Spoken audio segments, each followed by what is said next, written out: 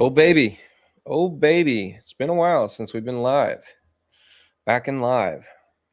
So I'm just extracting a project right now that I'm going to be working on in Chief X15. And let's see, we're going to put this in its own folder, CA,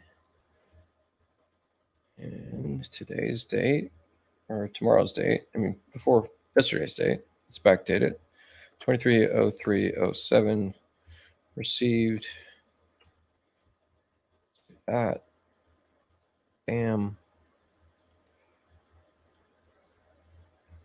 And welcome to my stream. If you've never been before, welcome. If you have been before, welcome. If you came from the summit, it was a big event last couple weeks ago from Dan Bowman, Chief Experts, and you've never been here before, hi again.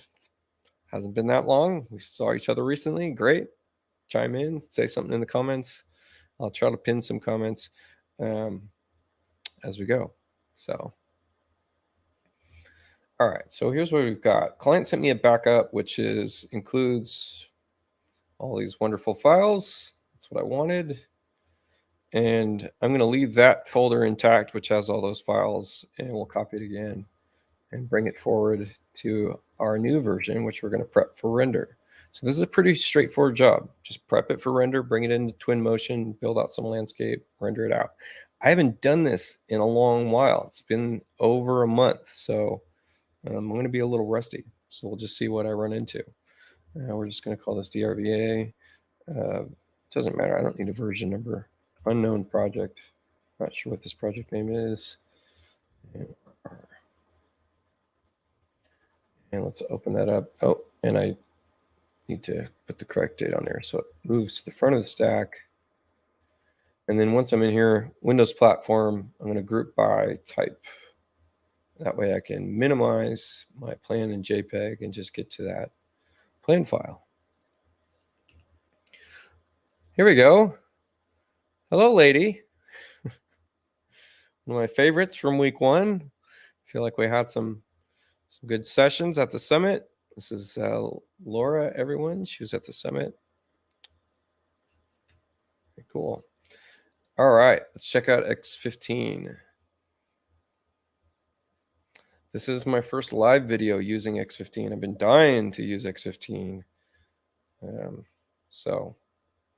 And then let's just check this out. Let's just check out a view here.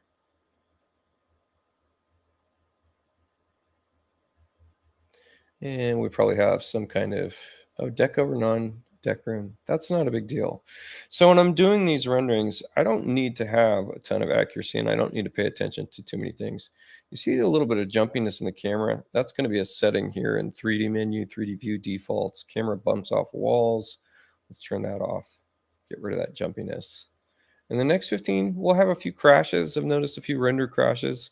I'm on, I'll just say it now, I've got some sponsorships that came through, and I'm using and testing them honestly. I've got some AMD machines. The first week I had them was very problematic. We needed some driver updates. We needed some updates from Chief as well for it to function correctly. Also needed to have a BIOS update. Now that I have this machine functioning correctly, I'll say it's an amazing machine. I'm on it. It's way faster than my 11900K Intel-based 3800 mobile laptop that was on a DDR4 platform with a PCI 3 lanes. If you know what any of that stuff means, I congratulate you. I am now on this machine right here. We see on the bottom of the banner there. It's this Lenovo. It's a Legion 7. It's got a 6850 card. It's on PCI 4. It's got DDR5. It is screaming fast, and I've really been enjoying it. So I will mention it as I go, and we'll see how quickly this thing switches to its ray trace renders and renders things out. It's a fast machine in terms of the mobile platform. You can see there, renders out very quickly. Here, we'll even do some of the new cool stuff. I'm going to edit this active view. Let's turn reflections on. Let's see if we can crash this thing. It's pretty common to crash these drivers as Chief's going through beta and the drivers are going through beta, you name it. Let's go ahead and in the backdrop, let's say we're going to use a generated sky. And then let's use that new tool to kind of move that sun around, which is very cool. I'm going to drop this sun down. There we go. We can get sky model out of this.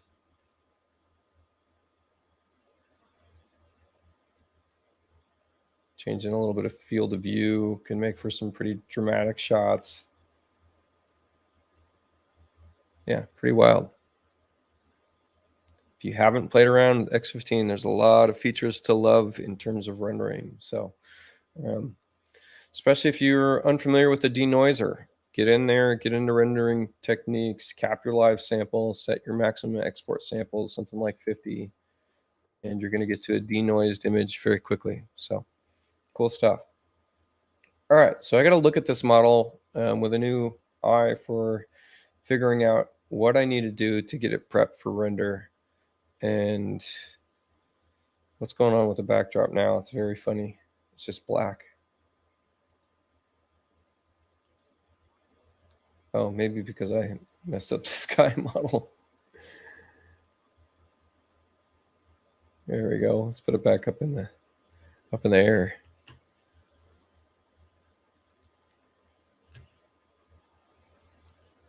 Did that change anything? Yeah, there we go. That's not black anymore. So a few things. I want to actually create a standing seam here, and I might put in a few extra features into these roofs, some trim, just to make these look a little bit more realistic. I'm going to do that from my plan view. So let me get to this client does have my templates. Did not build this building from my templates. So I'm going to have to navigate by switching layer sets. So I'm going to get to the roof plan layer set, and I want to just make it so that all roof plans are on the same level. So I'll just do a select marquee similar here and select all similar. And then let's show these on the level above so that when we go up to the next level, now we have all roof plans here. So same thing, select marquee, select all similar. Let's open this up. And I'm going to add a little flashing detail to the shadow boards section. And this is Chief's new library browser. There's a lot of tricks to this. So one of the things I'm going to do is I'm going to type in molding, and that's going to make it so that I can sort by type. I can sort by type of molding. So let's see. You know what? They're not categorizing it as type.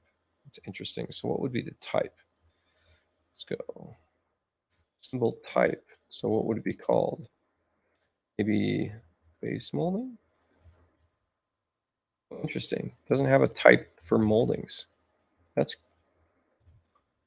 curious. They have a type for millwork. All right. So let's just do this instead. I'm going to type in flashing because I know that I have some flashing in my user catalog. When I click on user catalog, it's going to add that as a filtered result, component CAD or models. You can see here, we've got parapet under models. We've got, so I'm going to undo molding and profiles.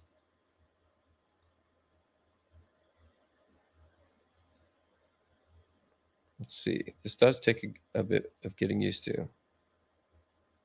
There we go. Component CAD. Let's go roof components. Grabs drip edge. That's what I want. This is what I want right here. So I'm going to add that little drip edge. And then I'm going to add, probably going to add a gutter profile on some of this stuff. So I need to make sure that I'm adding it on particular sides, but let's add a gutter profile. And we're going to need to offset this, I believe. So 3D gutters. Let's just take a look at what this looks like.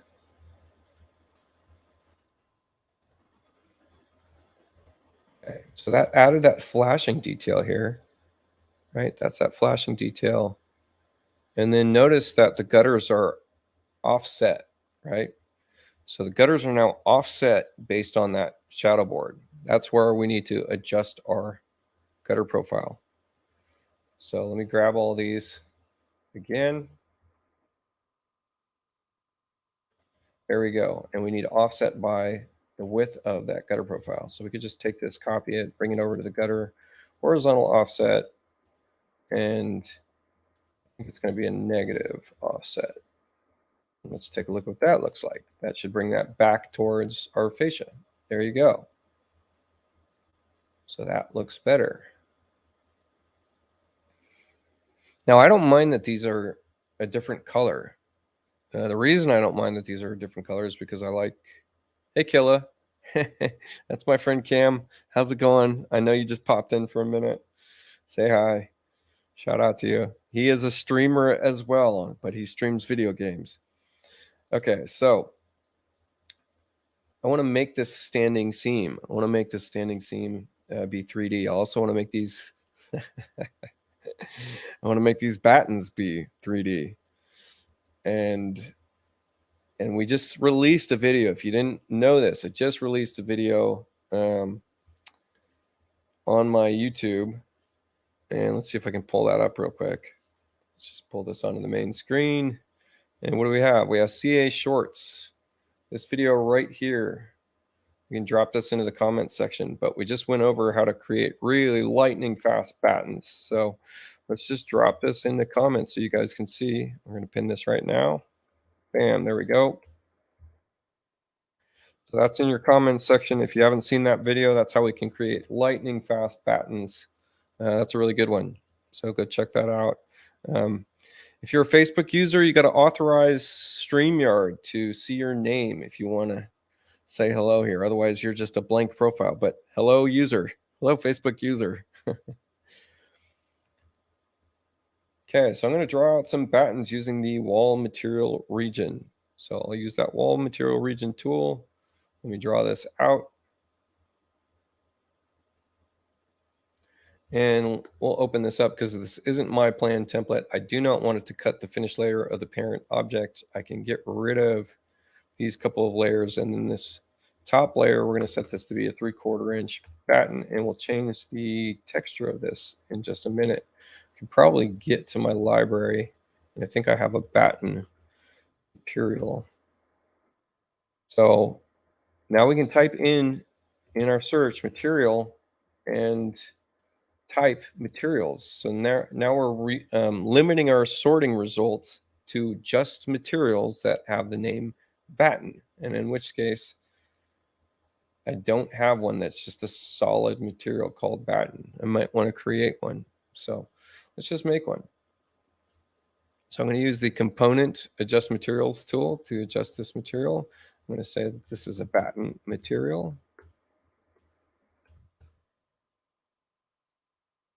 And pressed OK. It's going to bring up that define material dialog. And we got a rendering error. Too bad. That's going to crash the machine. We'll have to get back to this.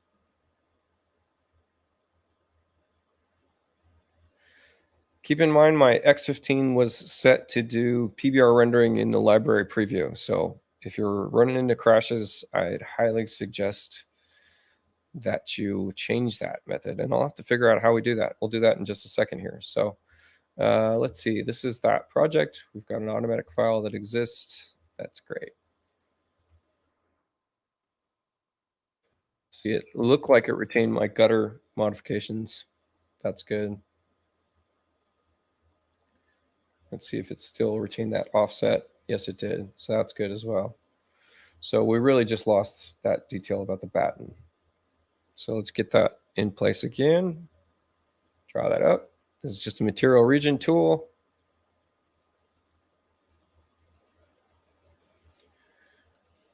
Now I'm going to try this adjust materials tool again. And let's see if this time we're going to change that preview to standard. That way we'll limit the number of crashes here. So we change that material preview there. Okay. I'm going to press OK. I'm going to change this to the component mode so that I'm creating a new material. White batten.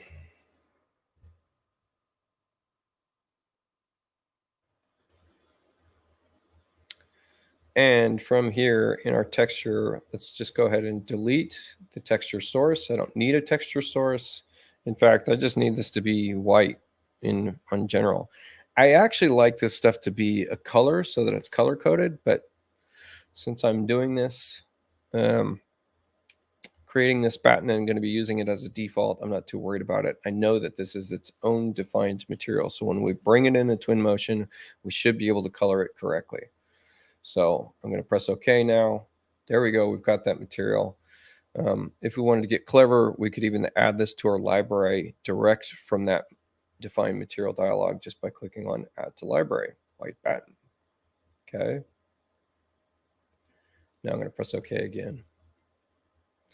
Now that I have this batten, it looks like these are 2-inch battens. I'm going to shut down my library window here. I like to keep it floating because I like the library oversized in X15. It takes up a lot of real estate because of all the additional windows there. So I'll drag this till it snaps to itself, hit tab or enter, arrow key forward, make sure polar is checked, and -2. That's going to leave me with a 2-inch batten. And then I'll center this up on the window. Now my battens are centered about that window. Let's do a multiple copy, set our interval 12 inches, and then drag this over. And I'll just do the same thing going the other way.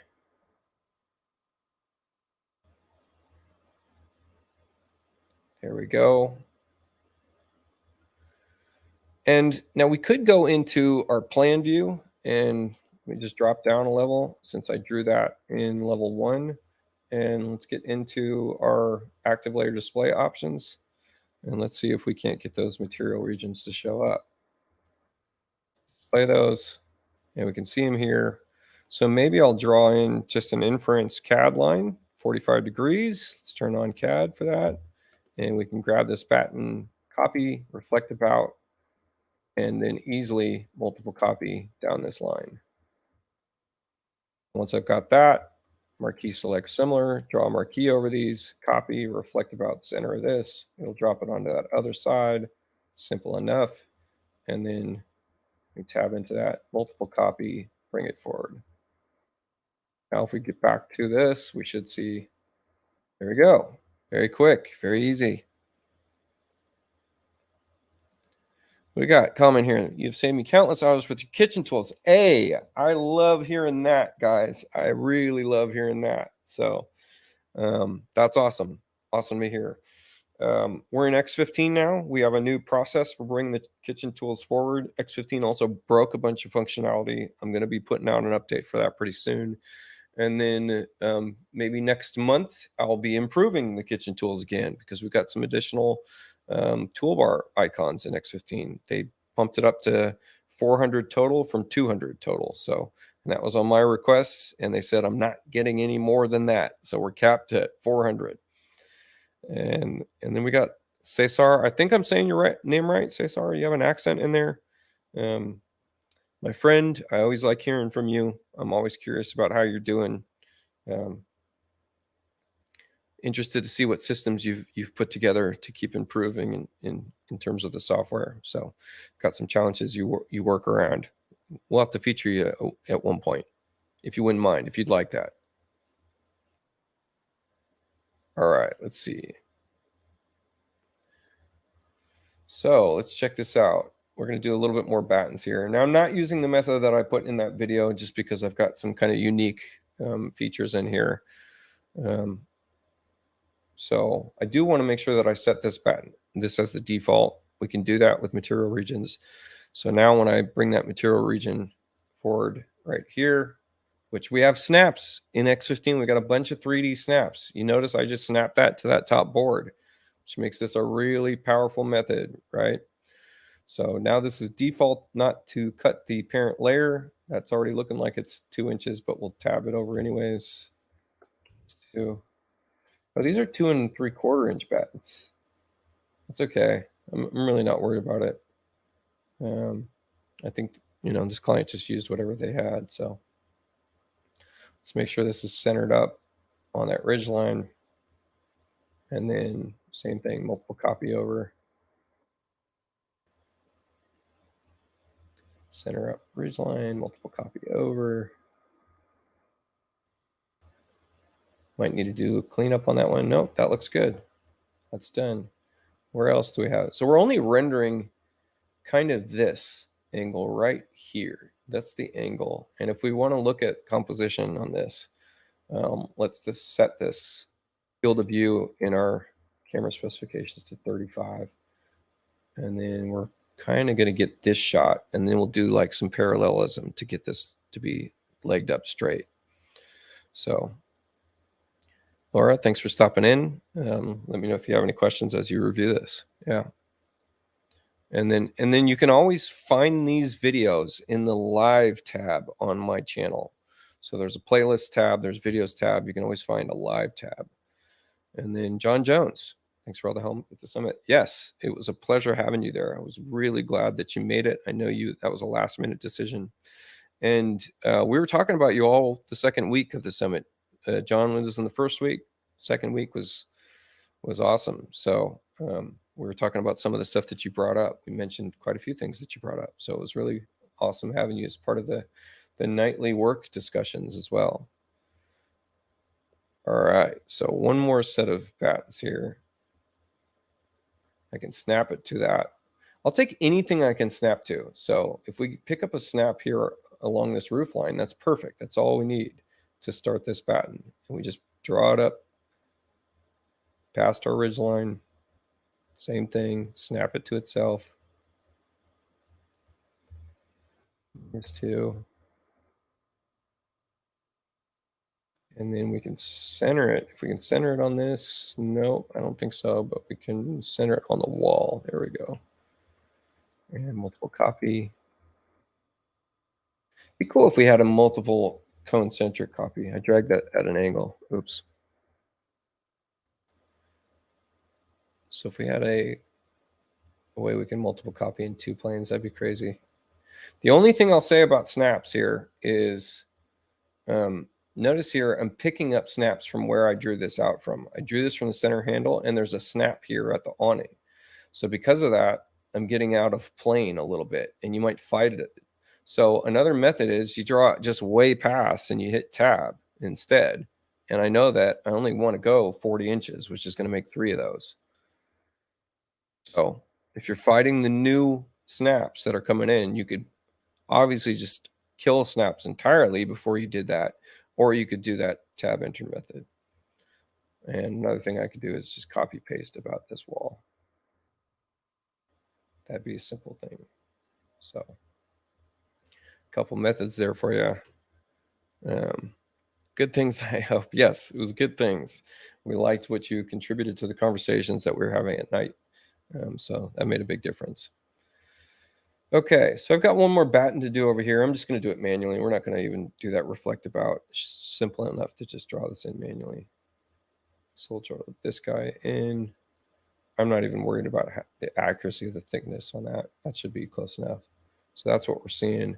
And then one more section here. We're missing a board, so I'm just going to draw it in. We're going to assume that. Let's just snap it to the underside of the fascia here. And we're just going to use a batten for that. Why not? Same thing, material region. Snap this up, draw it up.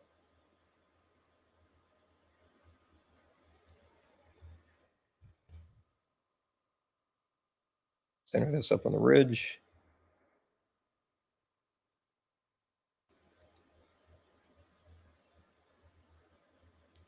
Right, and then that same thing, multiple copy it over.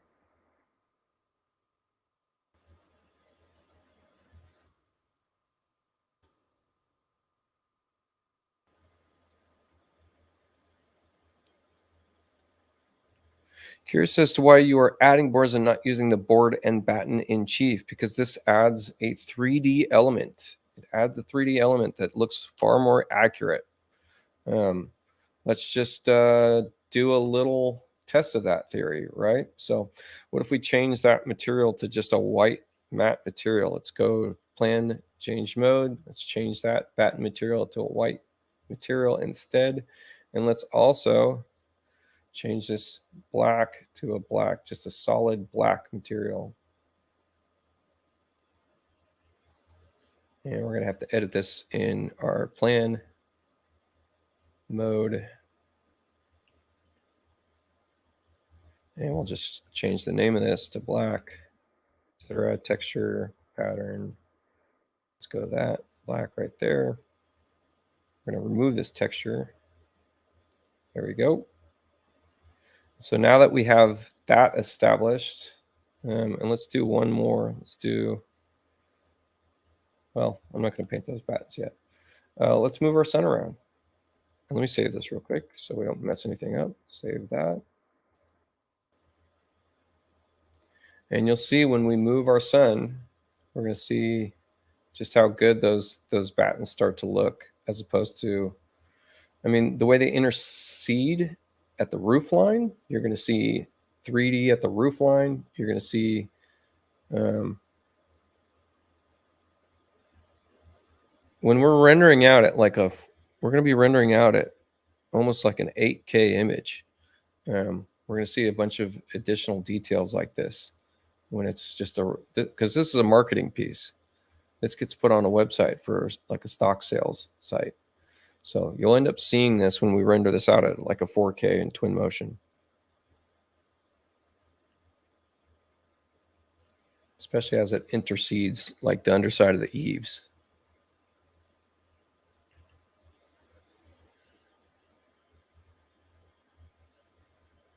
Yeah, me too. New snaps are huge. Just massive improvement. You can do so much more in 3D with the new snaps. So that's just a big one for me. All right, so I'm going to do this standing seam. And so it's for this roof line right here. So we're going to just make a copy of this, paste hold position, and then I'm going to concentrically resize this. Well, I didn't need to. I'm going to concentrically top and bottom resize it just by, I don't know, maybe an inch. And then the in between here, we're going to set this to be, let's just call it 5/8. Okay, and let's open this up. And in our structure panel, in the surface, we're going to add an inch of thickness here, 1 inch. Okay. Maybe we want it even a little taller. I'm going to make it 1.5 inches. We'll really make it pop. Now, if I want to make this even fancier than that, I could add into the shadow board. Let's add, or let's replace rather. We don't actually want that drip edge, so let's replace this. Let's just go CA-0-01, and there we go. And then our width is going to be, let's call it, oh, what do we want it? 1/4 inch, something like that. And then the height is going to be 1/4 inch. Maybe width will be 3/8 of an inch, something like that. Offset the top. Now let's take a look at what this looks like in 3D.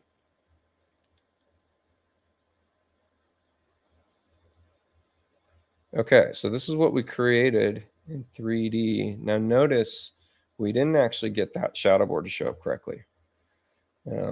So we need to make sure it's turned on for those selected edges. Which means I got to select those edges somehow. Like so. And now that we have it on, what happens? Well, it still doesn't show up. And why is that? Well, we need to create that offset as well. Vertical offset. What was it? 1 3/8 or something? 1 3/8. There we go. Beautiful. And what did we do? We created a little fin. A little standing seam. Oops, I just painted that in plan painter mode. We don't want to do that. Let's do, oh, what do we want? We want just component paint mode. So there's our little fin. Let's center it up. And what are we thinking this is? Maybe an 18 or 24 inch offset. 16 inch offset.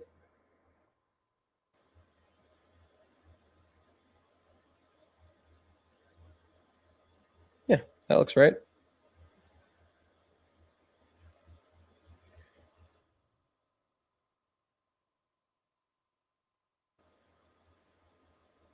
Bam, bam, bam, bam, bam. Looks pretty good. Now, there would typically be like a cap here.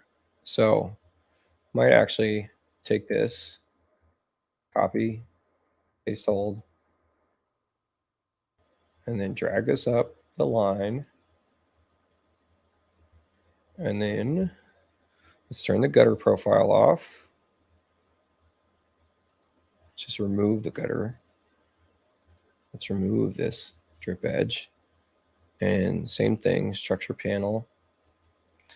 Now this is the difference between my renderings and some other people's renderings. I'm gonna take a little extra time. You're paying for this time. I'm gonna spend a little extra time to get some of this stuff looking really right.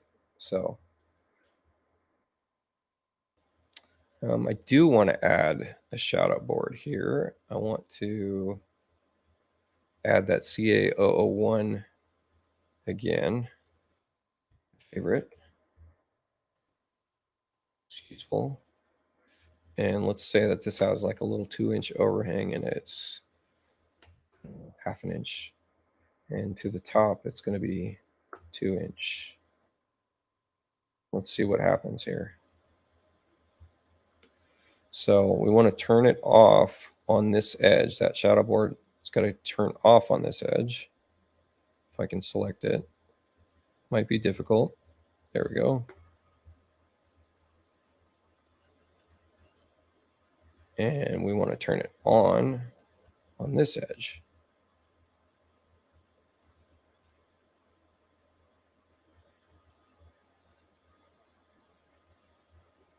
Which I think this time it's fighting those existing roof planes. So we might not see that happen. That's okay.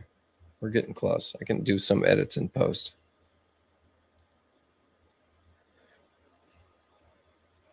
And let's paint this so we can see what this even looks like. So let's just play in painter mode. There we go. Need to turn this shadow board off.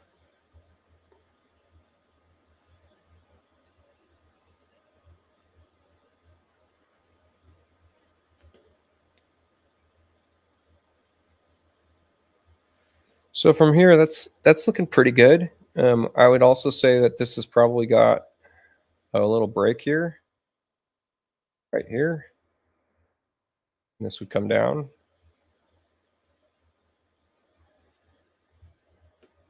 Right, so I might change the height of this. This is a little strong.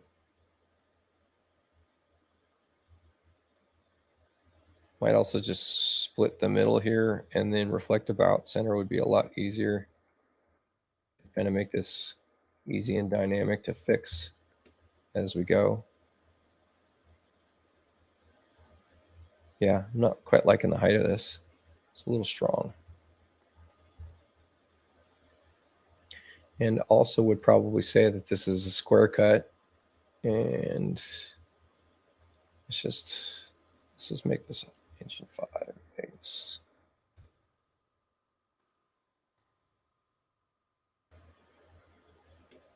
Oh, and look, that showed up. How funny.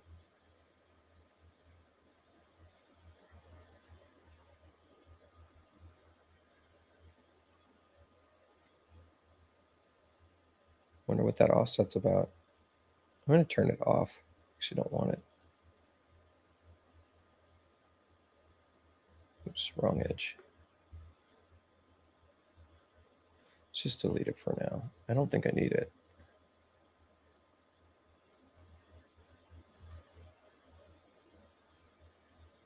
I think that's still giving me the look I want, regardless.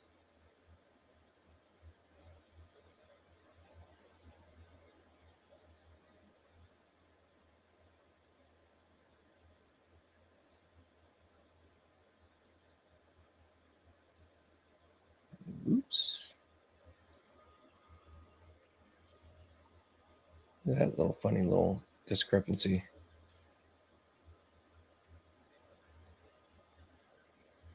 All right, now I'm just spending too much time.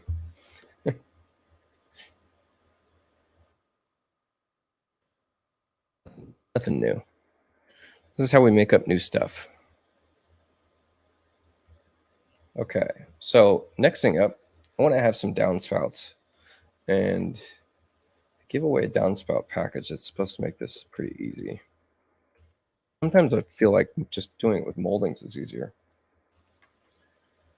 Let's just drop this in, see if you can drop it in 3D. Yeah, that kind of worked, maybe. Give us a rotation handle. No, but we can explode it. And now we get rotation, but in the wrong plane. So I have a molding here. Yeah, okay. So I have a parts kit, basically.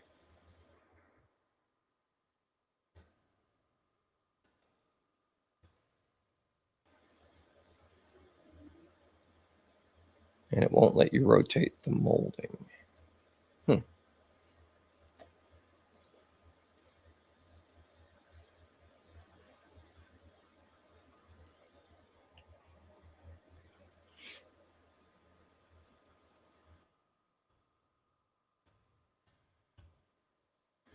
Caleb asks, is there any chance of Chief giving us 3D textures at some point soon? Now, what do you mean by 3D textures?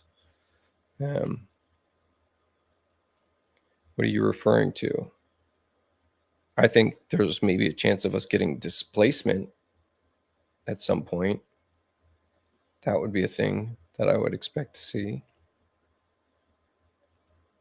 Because I feel like they're getting pretty close to that anyways.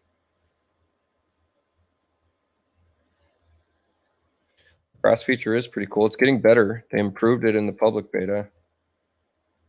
We saw someone using it to create a rug, which I thought was pretty funny. Not very useful, but not for the method that they used. But all right, let's see. I want to turn on all of these items. There we go. Explode it.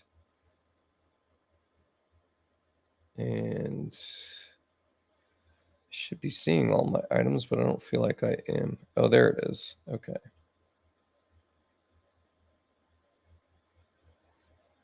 Boy, working in someone else's plan is always challenging. Sometimes I'll take the time to bring this into my own because it's hard to even see what I'm looking at here. Let's turn off color. And I don't want these labels after all. There we go. Now I'm starting to see what I'm looking for, which is I want this to, actually that's correct. That's the grade. I just need this to stretch by about that much. I'll tab it. I'll copy this. Let's just make it 15. That's an easy one to remember. And then I can take this angle, move it up, tab it 15. That should have it connected correctly. That's pretty close to being where I need it to be in terms of this molding. Let's move it up maybe 1 inch, say. Nah, less than that. Down half. There we go. This is going to go up 15 and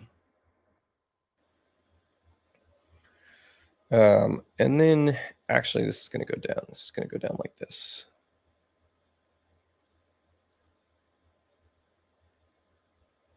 And let's just change our snap grid units to something like 1/16. I can just arrow this up a little bit.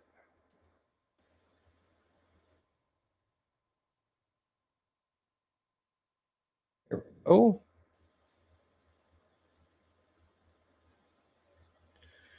And now I can take this again, paste it up here.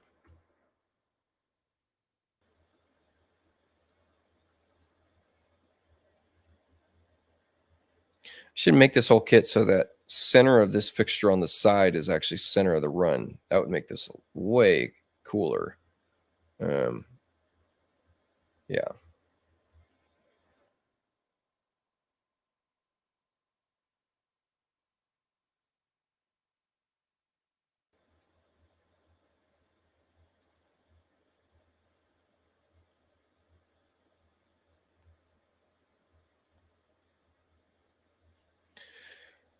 Let's see. You said, for example, board and batten siding. The battens could be 3D and automatically placed, just a visual play at the detail like we have now. So you're kind of talking about, I mean, the method for that would be a displacement map. And so we don't have displacement maps yet, but I think Ryan told me, Ryan is the head of ray tracing development. I think he told me that that's in the works. I think. Don't quote me on it though. I'm not sure. Not positive.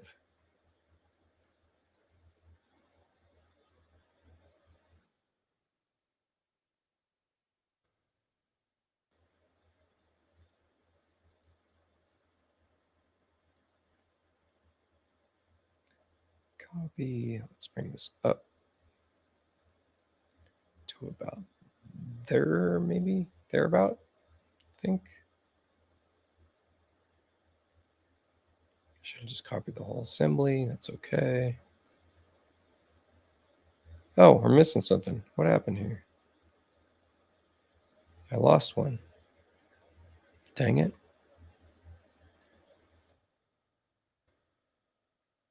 Whoa.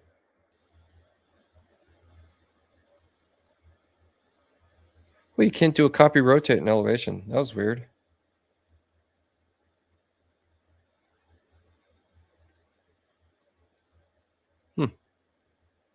Don't know. Do we get snaps here in 3D for a symbol? Do I have all my snaps turned on? I do. No, that's too bad. That'd be slick. Oh yeah, this is off now. What'd I do?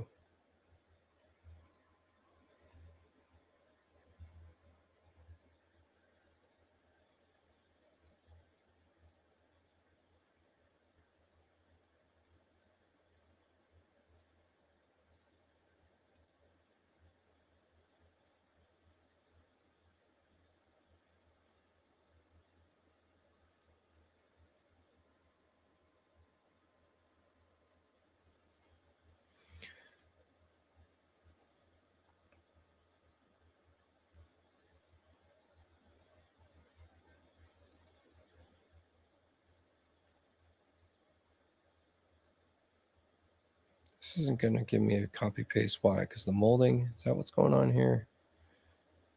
No, it's this and this together. Won't give me a copy paste. Interesting. But these will. Okay. Huh. Boop, boop, boop, boop, boop.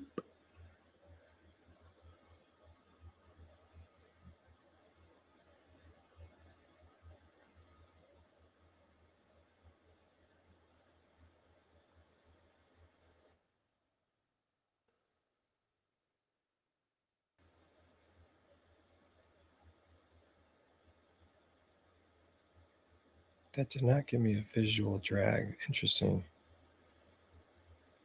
do feel like I'm running into some little problems here and there with X15, but I can't put my finger on it.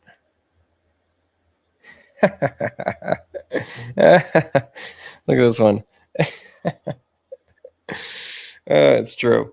I do waste time on this stuff.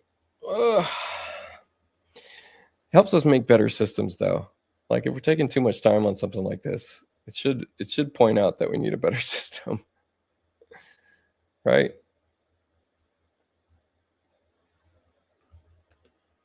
And maybe I'll go make one somehow.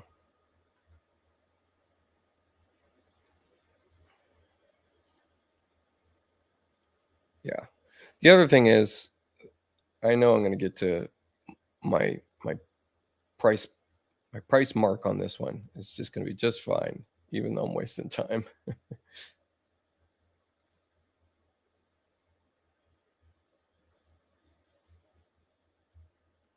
And look how much big of a difference that makes here. Because here's the next little detail I'm going to show.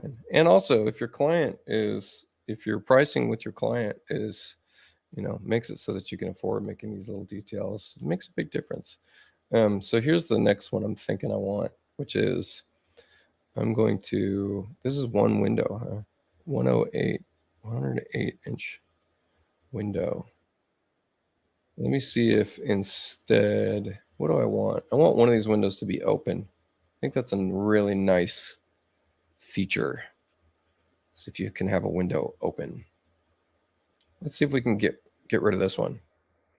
So it's a 108 by 72, right? 108 by 72. And let's just figure out what it is. What does it have? SAS is 1.5 inches. Sash, grids, etc. Okay. Casing. That's our casing. It has some kind of 1-inch casing. Don't know what it is. Okay, 108/72. So let's put a door in here instead. 3 doors.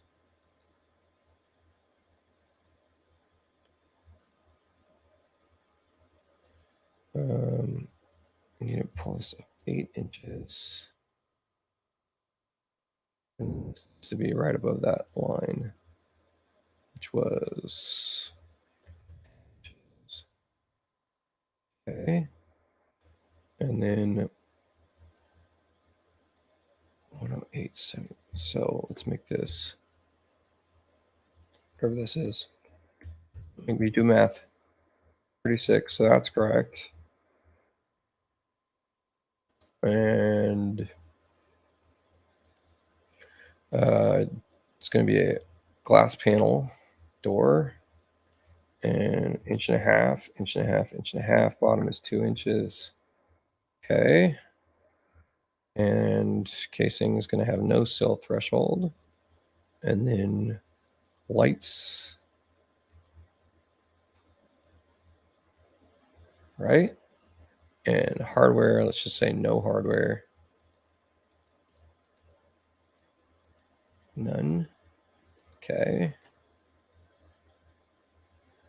And then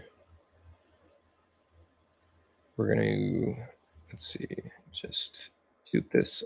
Oh, what just happened? Come on, 36.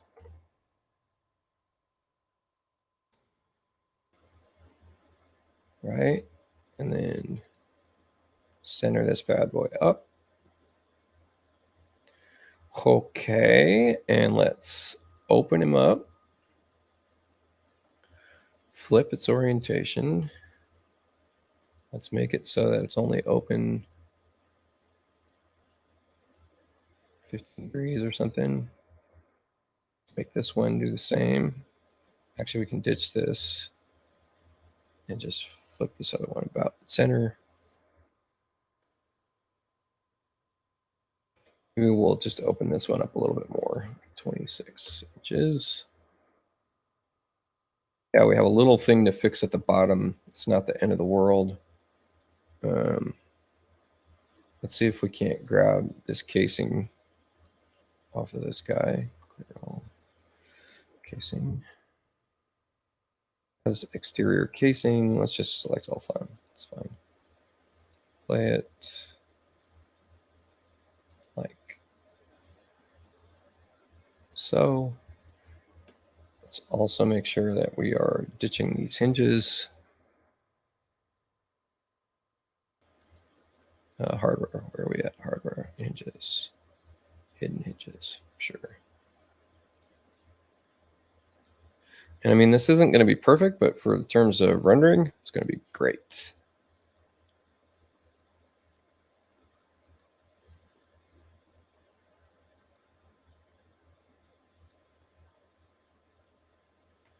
And we might just have to do something about that sale, or I'll just do it in post. But that looks pretty good. That's selling it anyways.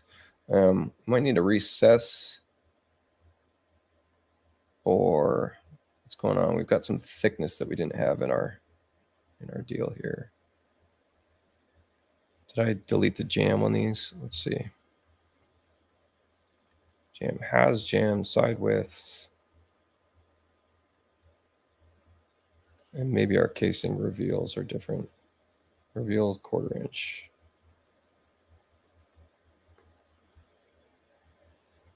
So let me check that sash again. Inch and a half, inch and a half, 2.5.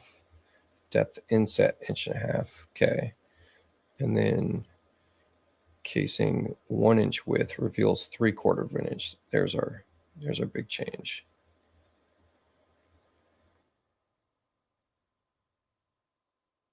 Notice in X15, they're both called reveal. Finally, been asking that for forever, I feel like. So that's big.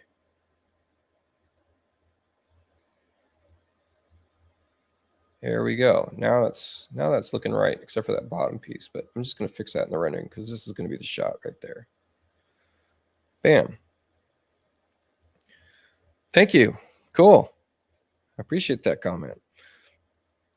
Let's see. When you make one, it can also be used as a true 3D molding that goes around curves, like for handrails. When you make one, can also be used as a true 3D molding that goes around curves, like for handrails. Yeah, you can always do.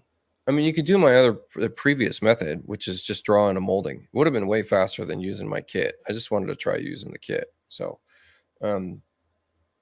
let's show you the 3D molding version because it's way faster for this use. It's not like a general knowledge method though. So,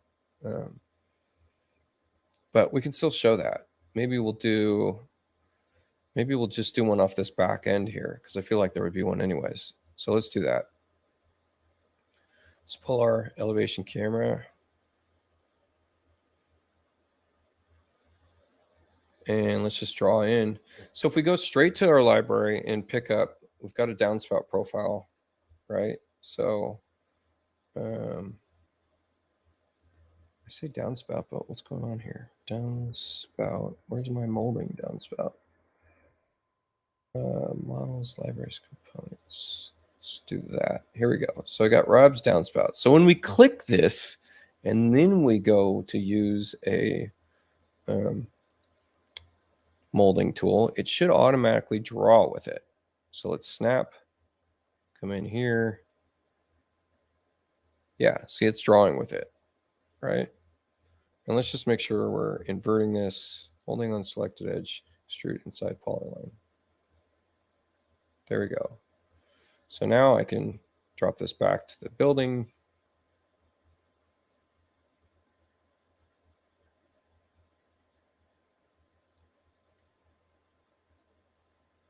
And kind of an easy way of buttoning this all up is, oh, and if we know what this roof plane is, let's just grab this real quick.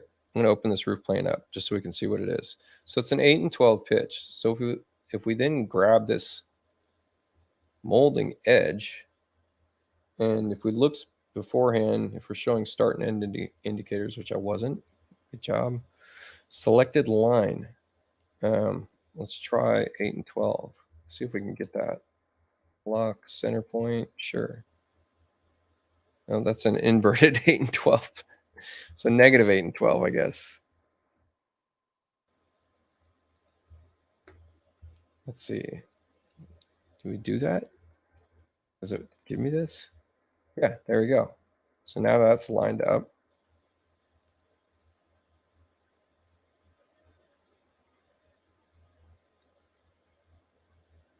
The other 8, yeah, right? The other 8 and 12. So then kind of the last thing I could do here is if we made this just a regular line, which is probably my preferred method here. So let's convert this to a regular line. And now let's do our fillet, right? And fill it all and do something like 3 inches and fill it all of them. And now that you have that, then convert it to your 3D molding line and target your gutter.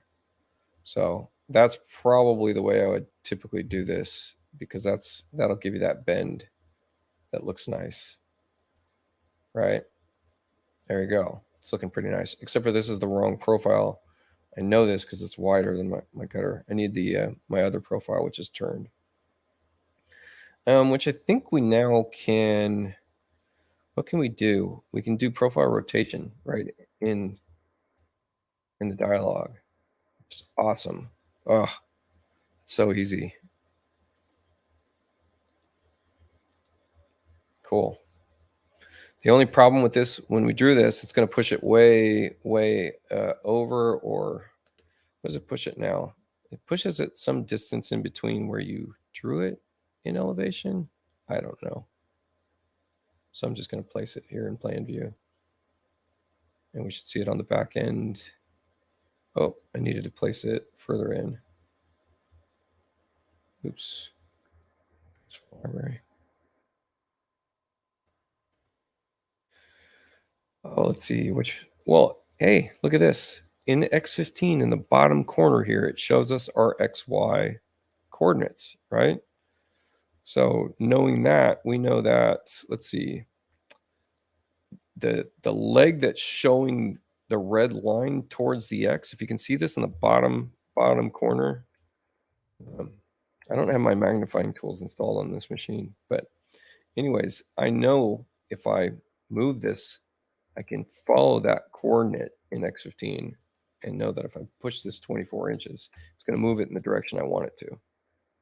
Okay, so little trick. So I didn't know exactly how far I wanted to push it. It's probably like 20 inches. Like that. It didn't need to stop at that roof line. That roof line's kind of funny that it doesn't wrap or return a little bit, something. There we go, little detail. Let's see, I'm going to pin John's comment. Can a molding go down and around a curved wall? Now, what do you mean by that? You'd have to give me a little drawing or something. Like, a curved wall is not really curved at the point that a molding would intercede it. So you mean going down vertically and then taking a turn horizontally along a curved path? Yes, it can. It's difficult. We'll just check this out. We'll take a little breather in my project and do that as an example. See if we can't figure that out. So let's just take this wall, for instance, and we'll back it out and we'll kind of angle it, and we'll use our alternate draw method to get this angled like that. Okay. And then now we want a molding to go down from a straight portion up to this. So let's just build an upper straight portion, I guess. Build new floor. Sure. And let's just say that, what are we going to do here? Yeah, I got some new hotkeys for this. Does this give me what I want? Yeah, it does. God, I love new hotkeys. That was fast, right? Yeah, that did exactly what I wanted it to. Okay. Oh, except for this was interior wall, not exterior wall. All right, so that's a straight portion down to a curved portion. And then let's draw an elevation. And what do we got going on? I'm going to get rid of this roof plane. Doesn't matter. Okay, so this is a straight wall on top of a curved wall. It's not quite lining up. Let's turn on our reference. Okay, so yeah, if we go up a level, not quite lining up. There we go. That should line up. Ish. So let's use, we need a 3D molding line. So we're going to draw that 3D molding line. Okay. And then we need this to take a turn, right? Now the problem is I drew this on the upper level. Be nice if I drew it on the lower level. Let's make sure we've got moldings turned on. Actually, no, I did draw it on the lower level because I drew it in elevation from the first floor, I think. Yeah, so we did draw it on the lower level. So here's that vertical leg. And this is a 3D molding. 3D molding. Interesting. I'm not getting the ability because I think we drew it in elevation. Let's try a different thing. So let's actually draw it in.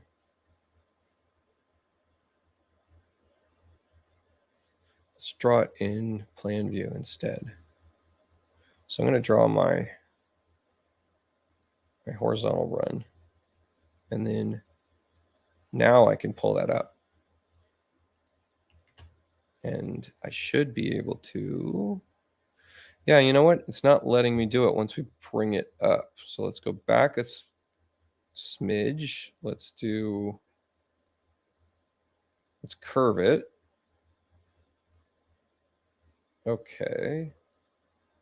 Now that's curved. Now can I draw it up? I believe so. So that if we just deleted this, let's just delete everything in that matter. Just delete all walls.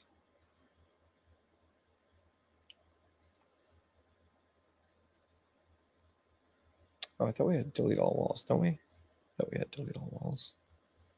Yes, delete all walls.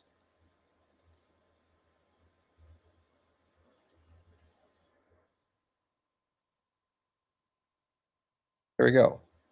So we had drawn something in a horizontal run, and we had drawn something in a vertical run, and we had it go along a path. Now, mind you, you'd have to come in here and change some of the settings and selected arc and everything, right? For arc length, arc angle, etc. But yes, you can get it to do that.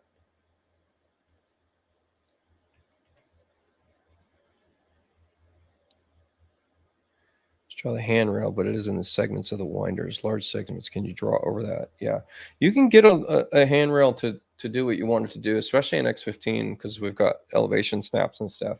It just depends on the view you're drawing from and your method. So you'd have to give me more info on that, and that's kind of where I'm going to end it for this segment. But we did this at the summit.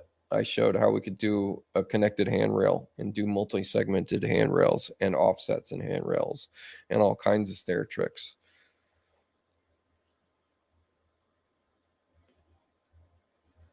Oops, let's get back to my project. All right. Let's see.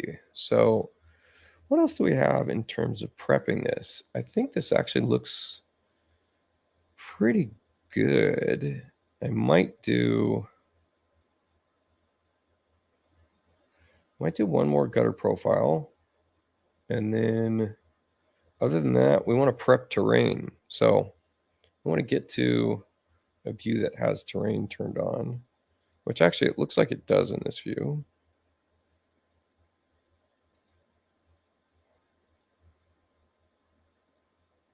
Let's see where is, so this is the terrain. So I want to make a little bit of a, oh, there is a sidewalk. I thought there was going to be a sidewalk in this project. I might use my sidewalk generator tool, which I think I deleted from my library because it creates so many vectors. But it looks so sharp, so maybe I'll use it. And I have to remember how to use it. So let's see if I can install it real quick.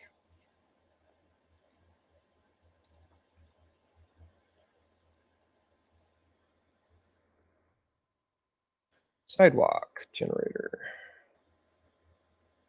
Okay.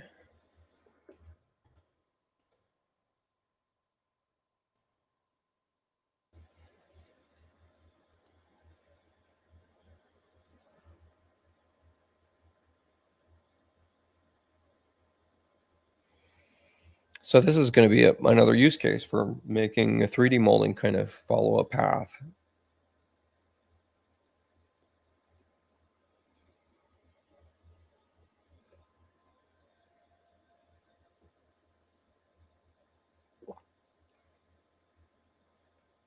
And we might crash X15. We'll see. Yeah, it's giving me warnings about number of extrusions it's creating. So I've got sidewalk and dirt.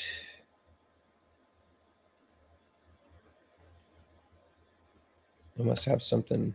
Oops. My shift key must be bound up or something. There we go. Sidewalk generator. Sidewalk and dirt. I think that's the one I want. Sidewalk and dirt. Or sidewalk and curb actually looks good. With no dirt bed. No, she shows a dirt bed. So, all right. So let's just see how this rolls out. So I've got that selected, and I just want a molding line. No, I want a 3D molding line. Okay. And there we go. That should be my sidewalk.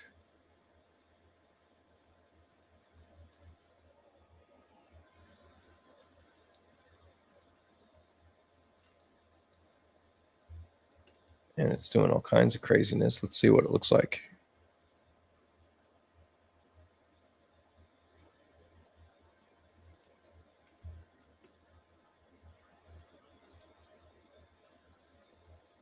All right. So I think the easiest way to use this is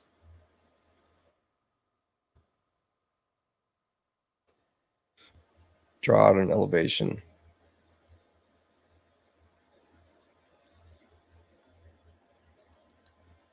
And then should be able to move this down into place. And now let's see what this looks like. Okay, so that's getting better.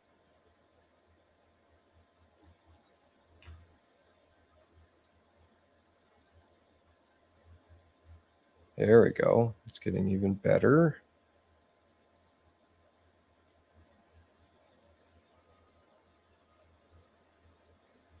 Okay. Actually, I want to have this stop at that drive.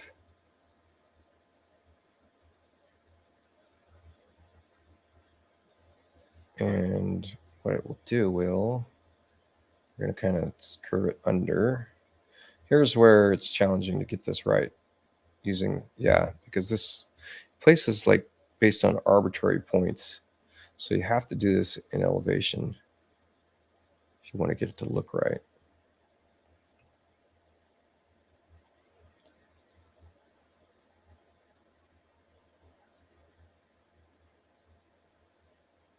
There we go. So go under and over.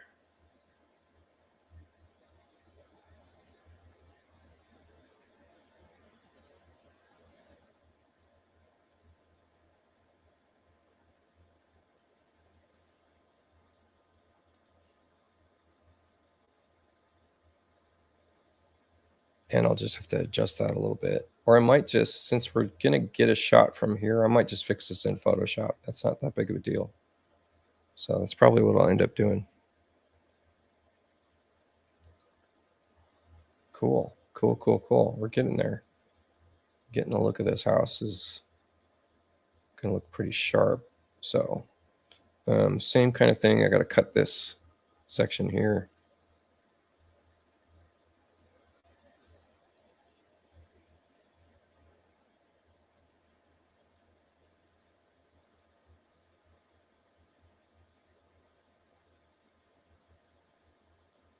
Going about this all goofy, but it's fine. Oops. Drag ball.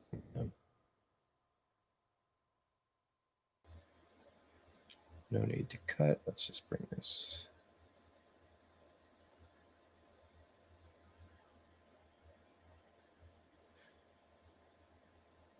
Well, we did a lot of work with the 3D mouse at that summit event. So you're seeing that 3D mouse in action right now.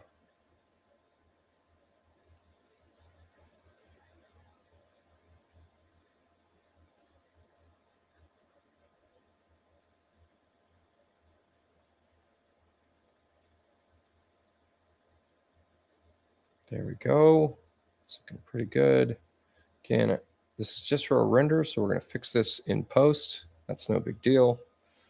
Let me see if I can wrap this corner without it looking funny. Where are you seeing this, David B? Where are you getting that information from?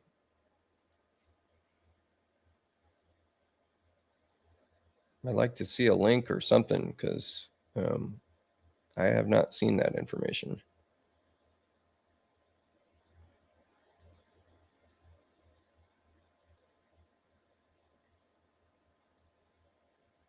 So let me know, because they have a roadmap that's public, and I don't see any mention of that in their roadmap.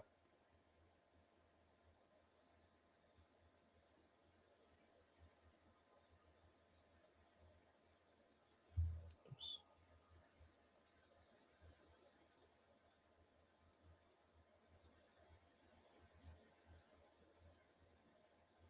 That'd be really, really surprising.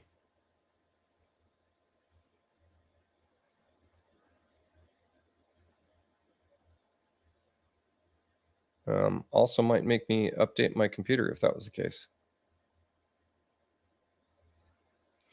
Because right now, I have an two M2 drives hogging PCI lanes, and a 4090 hogging a PCI lane.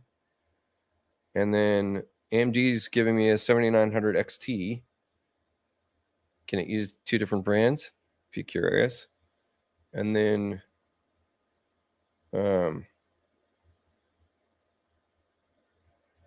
that's a lot of PCI lane hoggage. If you're wondering, I'd be curious to see how that affects things.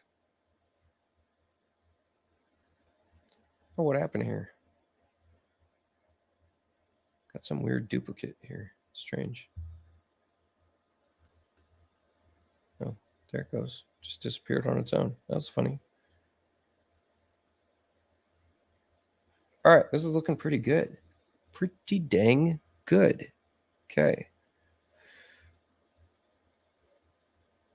Does Twinmotion work on a MacBook Pro? Yes, it does, but you don't get a path tracer, which is the reason I'd want to be using it. But I will say that you could use a platform like iRender, especially if they actually enable multi-GPU support. You could get iRender to build you to rent you a machine, because that's basically a render farm service. They can rent you a machine of your spec, and so you could have multi GPU. You could have 4 4090s if you wanted to, rendering out path traced animations in Twinmotion. That'd be pretty cool. Hopefully you've got a budget for that kind of thing. All right, so let's do the last kind of step for the terrain prep before we take it to Twinmotion.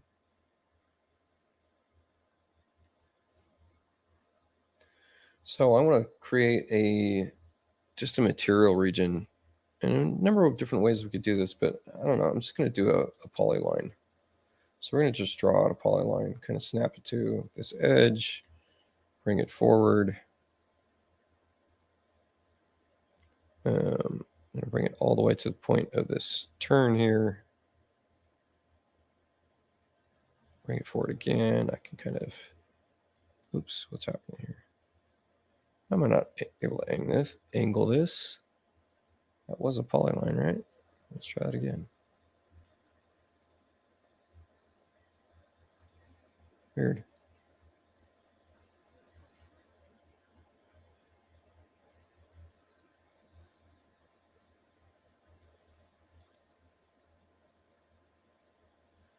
Huh, that's weird. Using alternate behavior and it's not letting me bend this. Very strange. Why? Huh. Okay. That was very strange. You're gonna let me bend it now? Weird. Okay.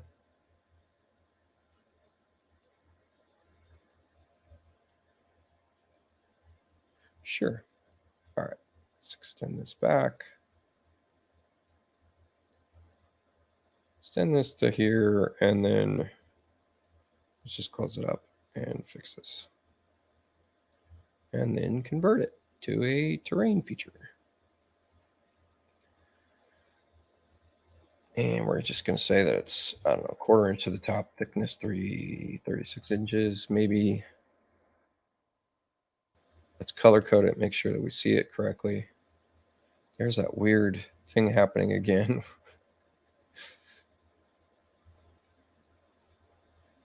Weird.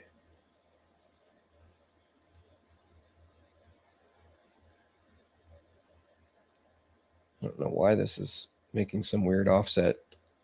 It's strange. Delete it, undo it. There we go. That was funny. Continue this out.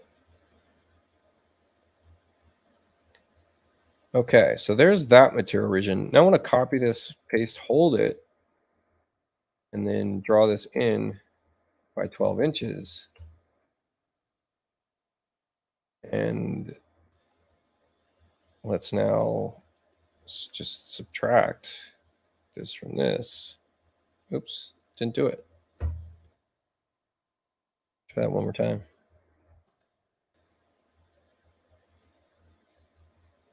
Copy. Okay. Drag its edit handle in 12 inches. Okay. Just use our clip overlapping terrain features.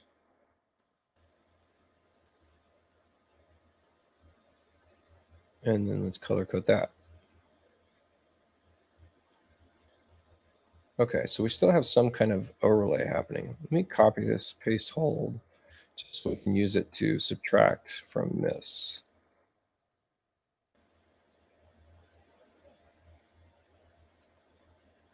No. That's also not what I wanted. All right, try one more time. Got some new, there we go. It did exactly what I wanted. What's going on here? Huh. If we delete this intersection, is there still a hole? Nope, there's not. Okay, that's what I wanted.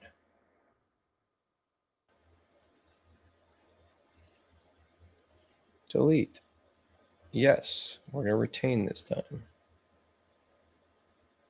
There we go. So now if we delete the green, is there pink in the middle? There is. Weird. This isn't functioning correctly, so don't know.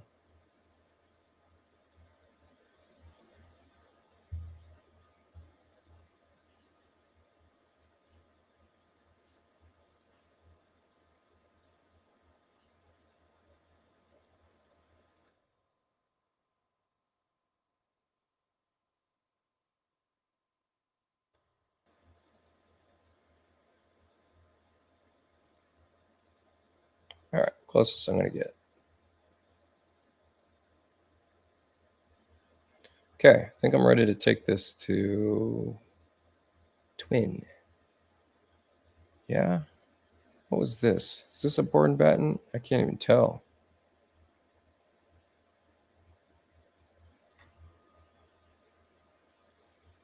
I think this was supposed to be board and batten and I didn't do it. Let's just double check.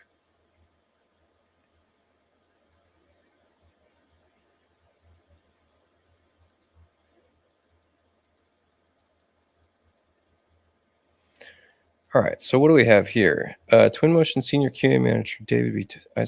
Supports dual GPU for path tracing rendering. All information about this functionality will be in the release notes. Okay, so supports it. Well, what does that mean? That's my only question. Supports it, meaning that it's possible to use multi-GPU, but is it actually improving our speed? Would be my next question. So you need an NVLink, or do we not need an NVLink? Like Thea, we don't need an NVLink. So I'd be really curious about that. Can you show the extended landscape in an X15, or am I confusing Twinmotion with it? Yes, we can show extended landscaping, but that's not, I don't think that's going to be geometry. And I certainly wouldn't want to use that geometry anyways, because I'm going to be rendering this out in Twinmotion. And then I'm just getting through comments here. 2 years ago, I really wanted to do this high contrast black white house. Now everyone is doing it. That doesn't matter. It's still new to your client, you know? I asked them for path tracing. That was the answer they gave me. Okay, gotcha.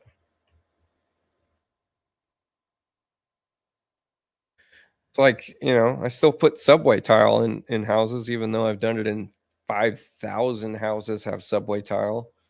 Um, but it's still new to them. Okay, there's batten here that I forgot about.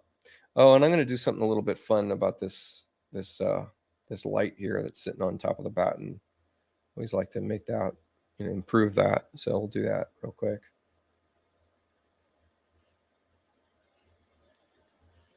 Okay, so we have some batten to do yet. And I want to make sure I'm painting these here. I should have done this in the first place. Would have been easier. Now I have to paint it in component mode, which is slow, which means it's going to redraw that sidewalk every time.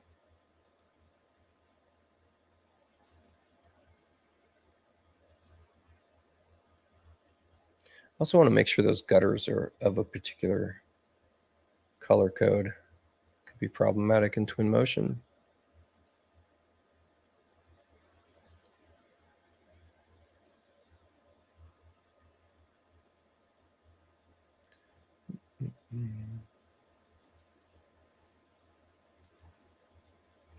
Well, we'll have to make sure that we make one mistake in Chief so that we can show you what happens when we kind of re-upload.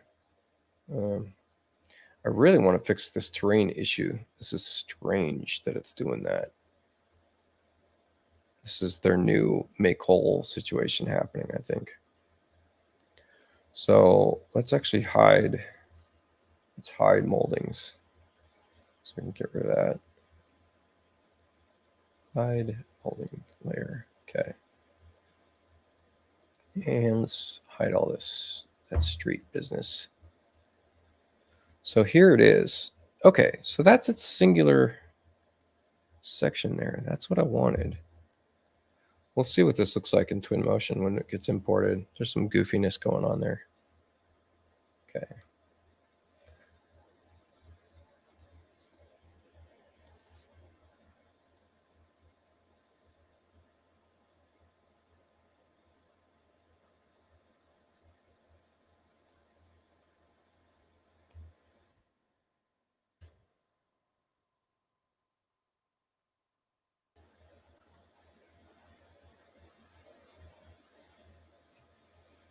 Yeah, it's crazy. We even got snaps on the ridge trim. Craziness.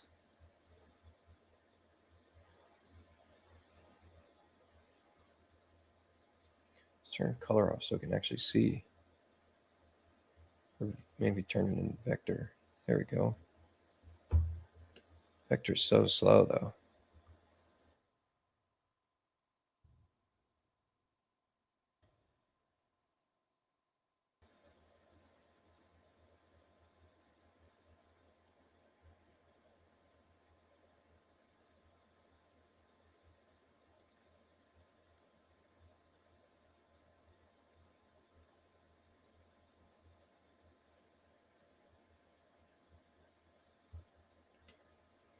Okay. Let's center it up.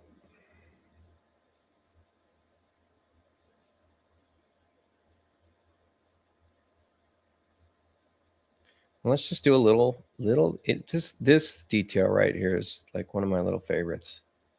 Let's just do a little square here. Something to catch this, right? Maybe it's a square, maybe it's a round. What would you do?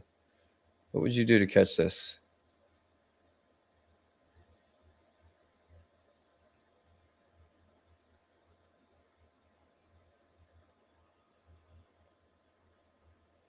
I'm gonna save it and we'll kick it onto ray trace and see what's happening.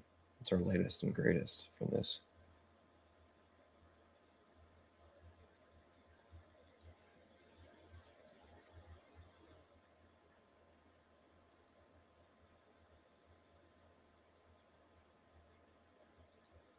Brightness is kicked, exposure's kicked way down. Let's do that. Okay. Yeah, starting to look like a house, right?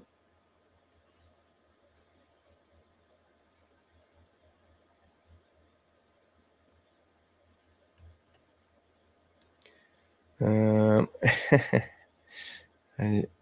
did you get the battens to auto trim? Battens, well, material regions will always auto trim. And then this this one's a funny one. Do I ever sleep? This was a very common question for me in the at the summit. And well, people that were there did see that I sleep, but I work tirelessly, so I do sleep. Sometimes I can't sleep and I'll get up and work. That's true.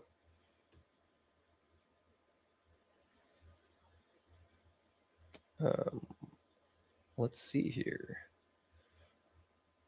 Just looking, these gutters don't make sense. If that's okay, we'll fix them in Twin.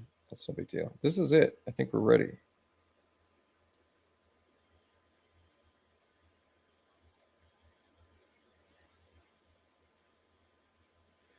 Round light to the square wall. Round one would just look like the base, so there's no point.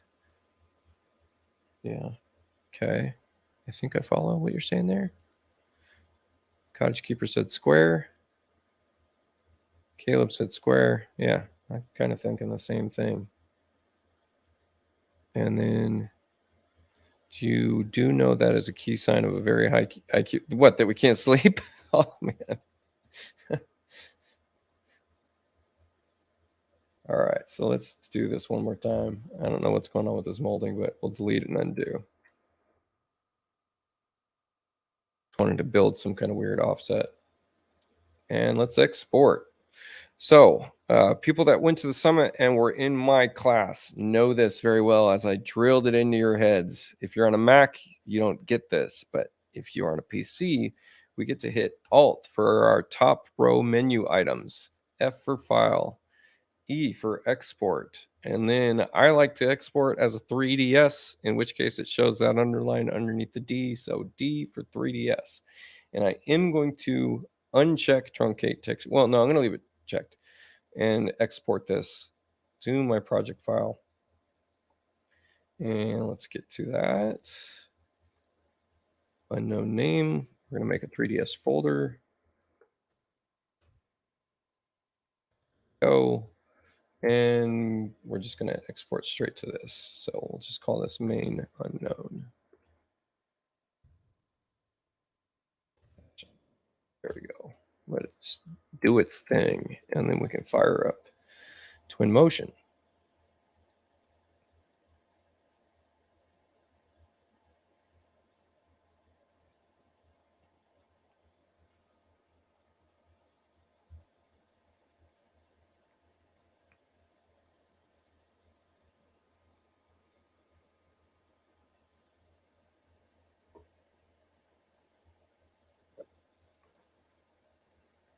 While we're waiting for this to fire up and waiting for that to export, let's see, export, grab sidewalks exceeds the vertex limit. So that gives us a perfect opportunity to export that separately, which we'll show you how to do that in a second. Decor plan exceeds, laundry exceeds. So this is the only problem with using a 3DS file format, but I still prefer it. Because it's component based, not material ID based export. So now that I exported that as a 3DS, now I have to then take this sidewalk that we've created and I'm going to put it on its own layer. And so line style, define, let's just put it on a new layer called blank export 1. So this is going to be the first individually exported item that I'm going to do. And I'm going to change my layer set to an all off layer set. It's going to turn everything off. Let me get to those options, and I want to make sure that I'm turning on export 1.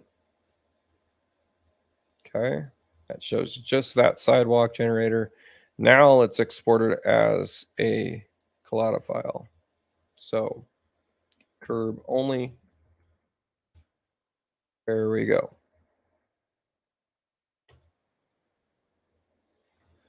Okay, so we've got that exported as collada. Let's go ahead and save this. And then I'm going to shut this down. I don't think we need anything from there just yet. And now we're in Twinmotion. Let's import.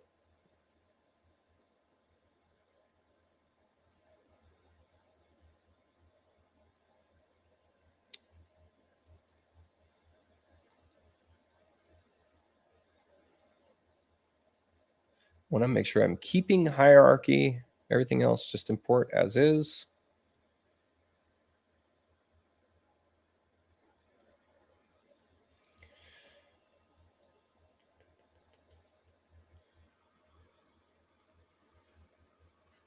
Oh.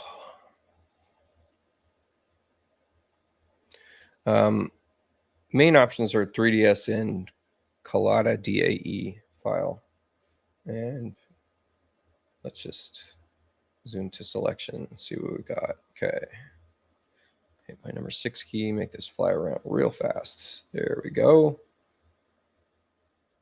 Cool, cool, cool. Let's drop this down. All right. And then let's also import our curve only. Now, where did our curve only go? Let's see where that is. Zoom to selection. Huh. Oh, weird. That did a terrible export, rather. Right? Pretty bad. So, what happened there? What happened there, Chief?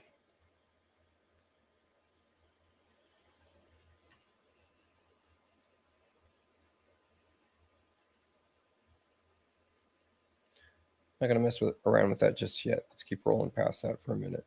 So, we see we've got this dirt section. What happens when we get rid of it? Aha, that's what I wanted. And I really don't care about the terrain. That's going to disappear. And then I can get into my library and do a few things. If my library is set up. Oh, it is. Cool.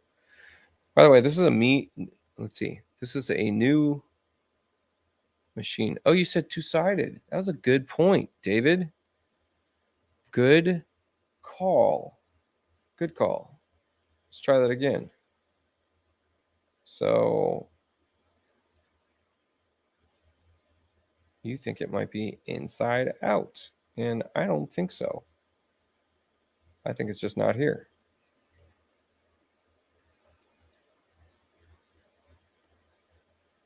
Yeah, no, that's as big as the geometry as we can tell because of the way it's highlighted. It's not inside out. It just didn't export correctly.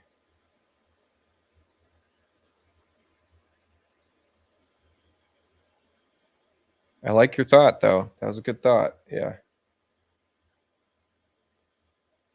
Okay, so I've got a few things here already built up.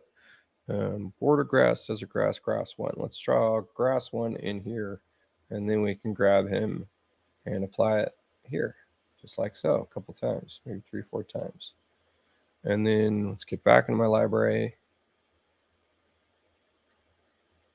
back into landscaping, grass, and let's get that border grass in here. And grab it and apply it just like so. A couple times, 3, 4, 5 times, sure, why not? Let's get back into my library and get into my materials. Get into landscaping and materials. Oops. And I like this forest ground texture. And maybe we'll do that same forest ground texture there. So that's already going to start looking pretty good. Let's see what we can do about, let's do some stuff with lighting here. Let's get a backdrop HDRI, have that load up. Where is center of our house? Center of our house is actually in a good spot. Not too bad anyways. It's a little off.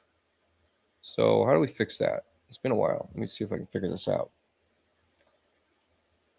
I think I can fix it by landing my camera here and projection offset. No.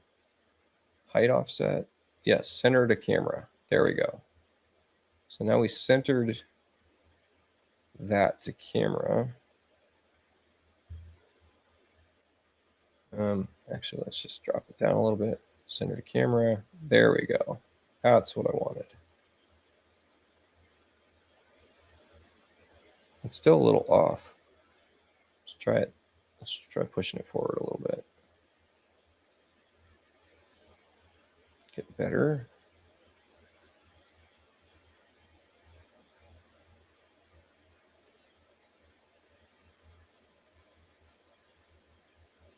Still a little off. That's pretty good. Kind of want it to push this way a little bit more.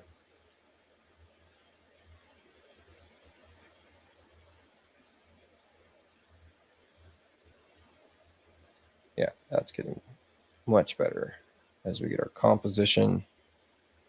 Let's mess around with the composition a little bit. Let's get into our camera tab, field of view. Let's set this to, I don't know, let's do something like that. 5. That's looking pretty good. Let's see what path tracer looks like.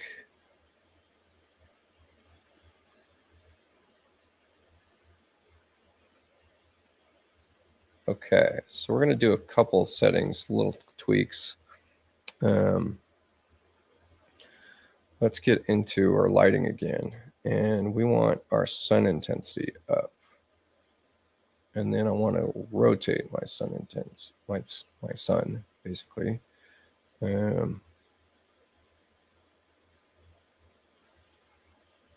might want to rotate the backdrop. So let's kick this on again.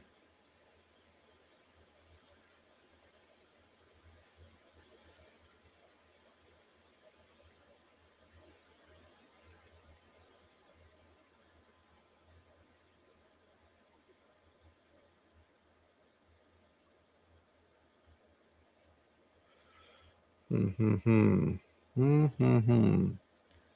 kick this on low just so we have a faster preview.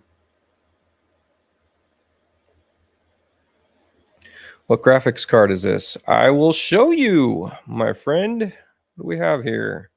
Look at the bottom banner right now. This is what we got going on. So this is a sponsored machine from AMD. I've been using it for solid couple weeks now. It's been screaming fast. It's way faster than my 3080 mobile 11900K Intel. And that's since they released the newest driver, and they claimed that it was 30 to 50% improvement in ray trace speed. I noticed immediately 30% improvement in some ray trace speed from some of my scenes that I've rendered out many times across multiple machines, including 4090 machines. So I also have an external eGPU that's got a 6950, and that's not hooked up right now. But I'll be hooking that up for next time. And then I have a 7900K coming tomorrow.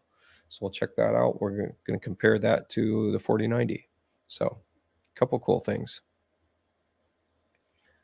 All right.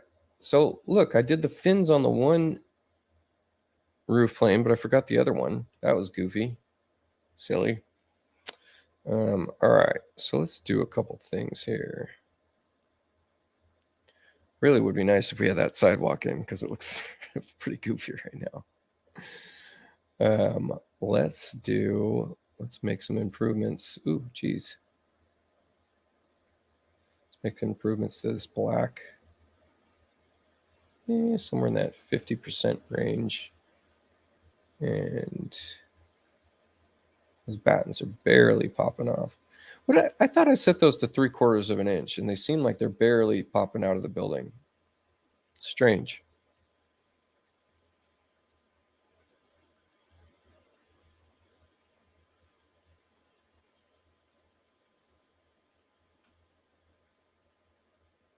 Did I not? I thought I did. They don't look like they are, though. Oh, cut finish layer was still selected. Dang it. That's why they look so tiny. All right, let's grab all of them. Undo that. And then undo all this. What happened here? Let's see. 3/4. Let's just make them stout. Make them really stand out. Okay. There we go. Now we're going to have to re-export. Now, people talk about wanting the plugin for Chief straight to Twinmotion. And what I like to say about that is, that's weird. color texture going on there. Did we get our standoff here? We did not.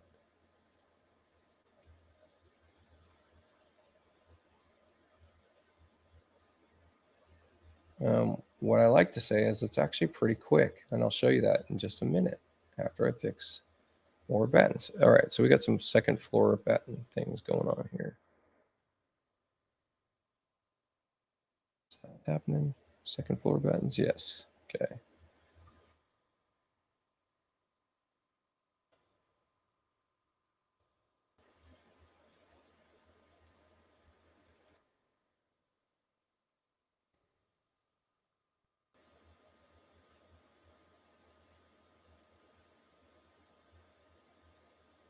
There we go. Looks way more stout. Okay, better. And I don't know why this is taking on a wood texture. That's too bad. Maybe they're using a material region somewhere else. Oh, and we also need to fix, make this roof like that roof, which I didn't do.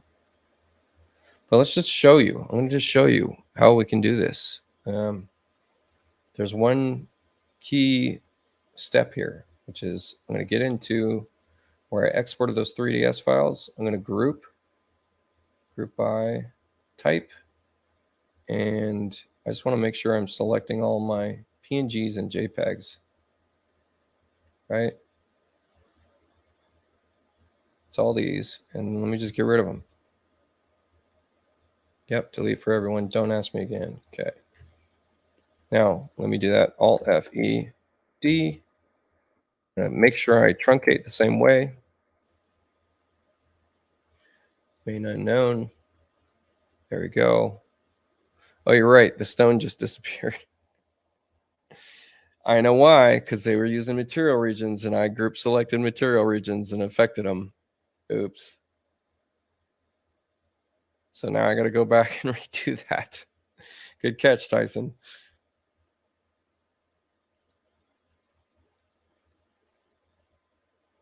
So let's check this out, though. Let's go back to Twinmotion. So we did what?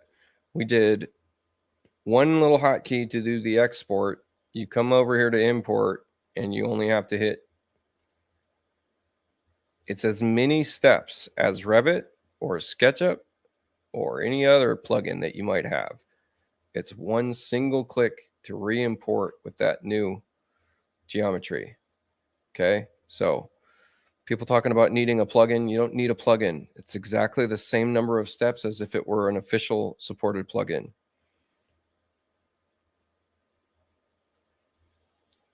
And Tyson, you're right. Client used the material region there. I screwed that up. Oops.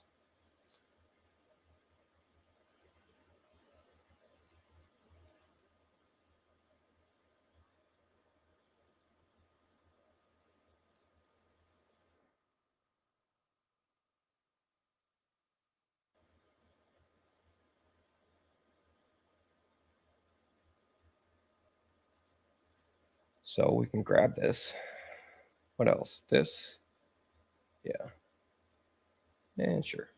That guy. I think that's it. Let's copy this and see what happens.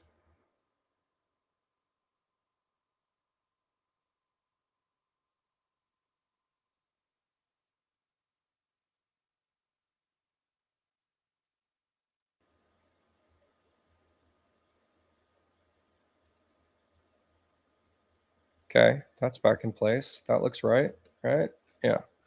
And now I just need to do that last little standing seam deal. Same way we did that other one. So copy, paste, hold.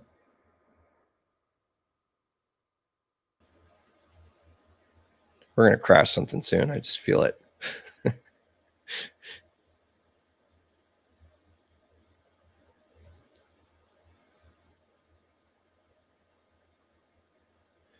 Deleting the textures fixes that. Yes, deleting the textures does fix that. I finally figured that out.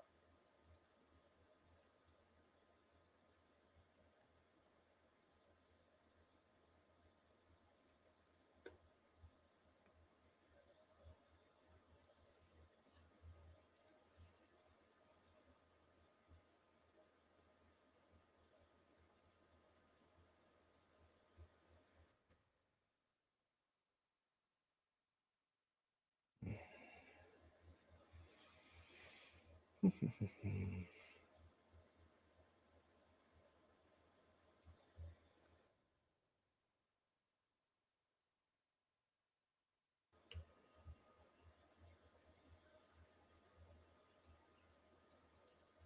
don't remember what we made this 3/8 plus half inch, quarter inch. Inch, 2 5.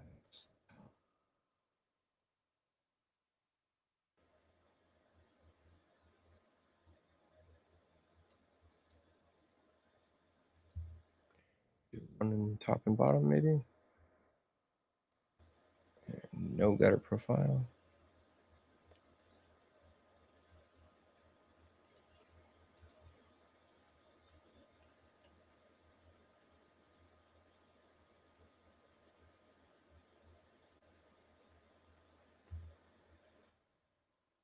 I don't remember when I made this, half inch maybe. Oh, and need to turn on shadow boards on that selected edge.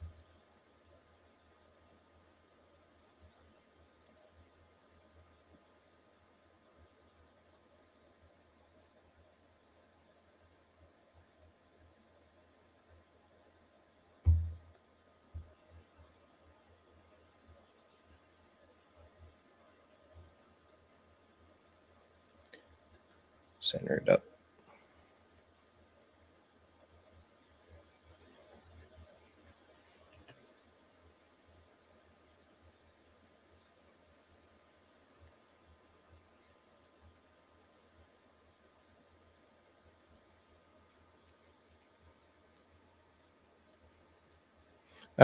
I just realized I don't know why I have my headphones on. I'm not listening to anything. And they hurt my ears.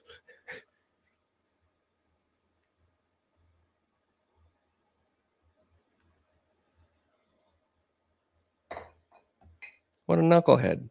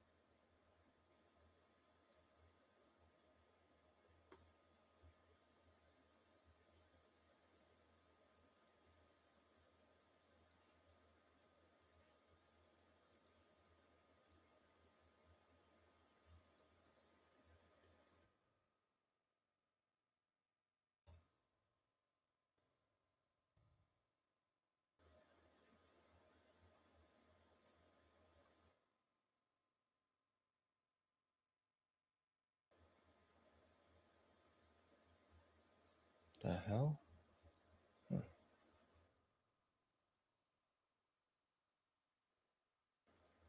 Excuse my language.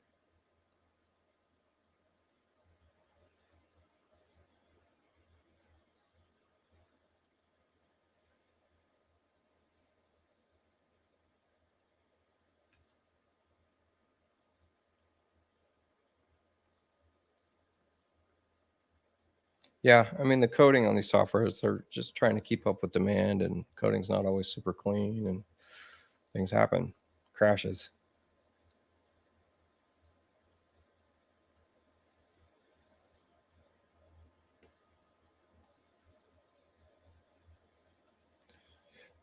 Did I just do that wrong? I did, huh?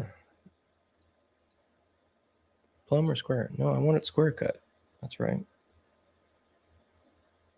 Oh well, that's close enough. Yeah, that's looking pretty good. Okay. All right, so let's try this again.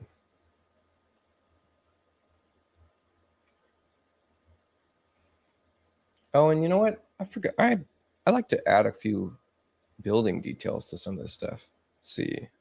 What do I call that? Vent? Vent pipe? Yeah, I've got like some vent stacks.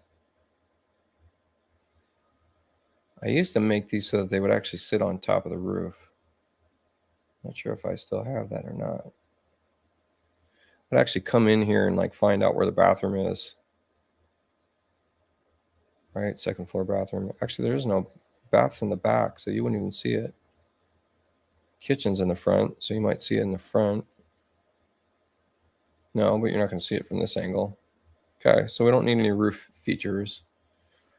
And then sometimes I put like utilities. So if utility was coming in way over here, something like that.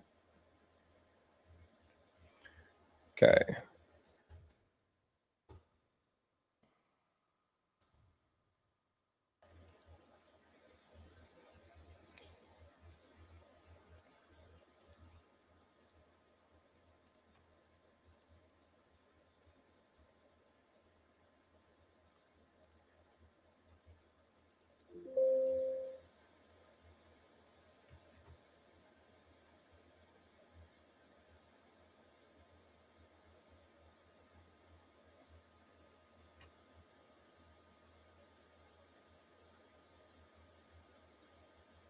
That's funny. Now's the good time to do it. I'm exporting things. It's going to take me a second.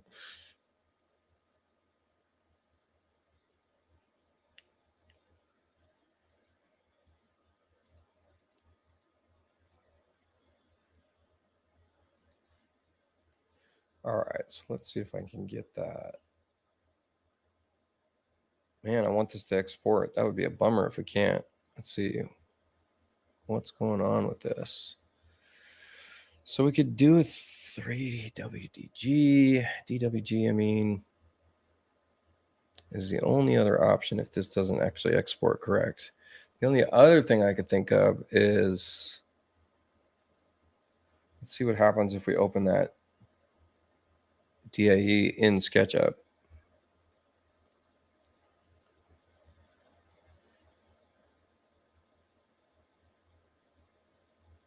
Be a shame if I did all that work to get that sidewalk and then it didn't work. Let's see, Dropbox, project directory, home, studio, projects, unknown, 3ds, and DAE file. Yeah, look at that. It's just not coming in from Chief correctly at all. Great.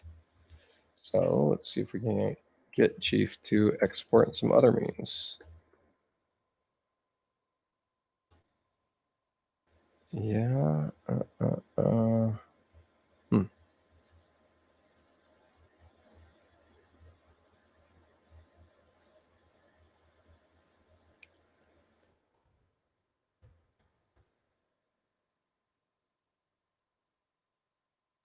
Let's see, can Twinmotion import a DWG? I don't think it can.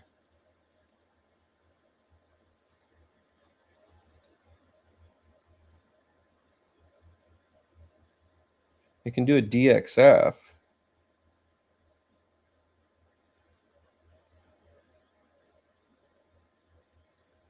So let's try. So what happens there? Asphalt export. But we want a DXF. Well, so this says DWG DXF, but it doesn't give us the option here. AutoCAD DWG DXF. All right, so let's try DXF curve. See if that actually works. Doubtful. Kind of doubt it.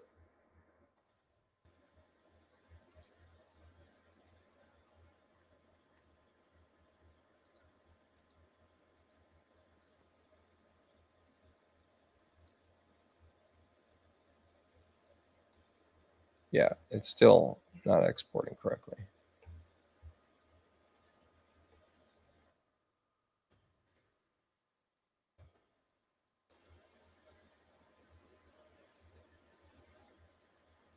That's a DE import. DWG.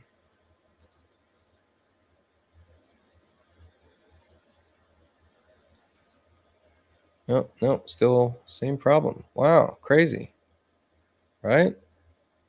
Okay, so let's try something else.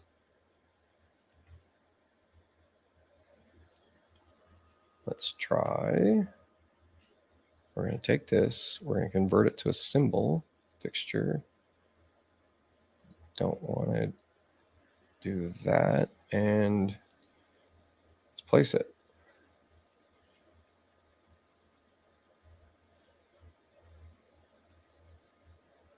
Yeah, even when it's converted to a symbol, it's not doing it correctly. What a bummer. What's going on, Chief? That's terrible.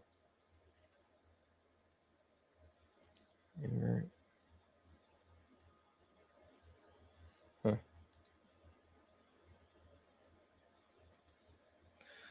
That's a shame.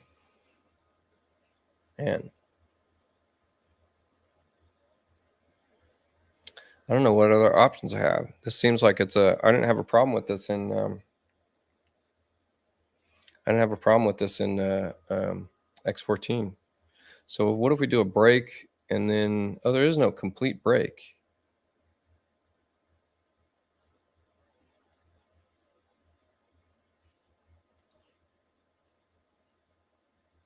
Okay, what if we did this in segments?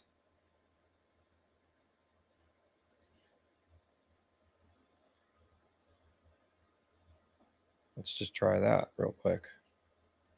So the convert to symbol will do the same thing as an export would.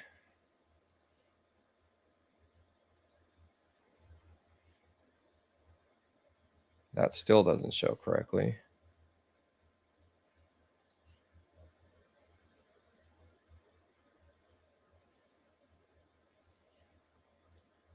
How much of this do we have to delete to get it to show correctly?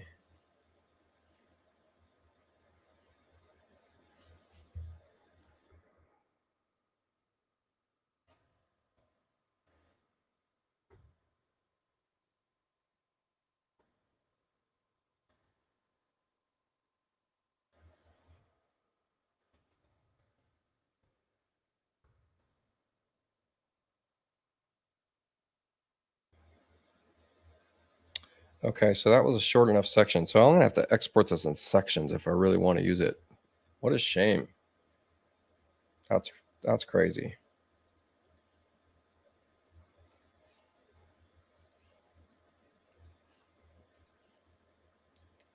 So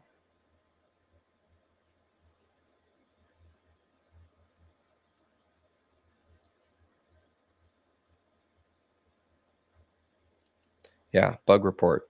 You got it. Bummer.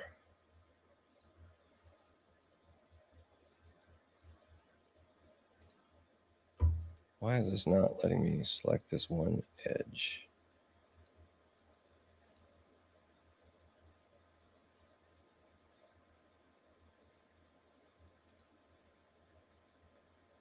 So let's see if I can get that segment to export.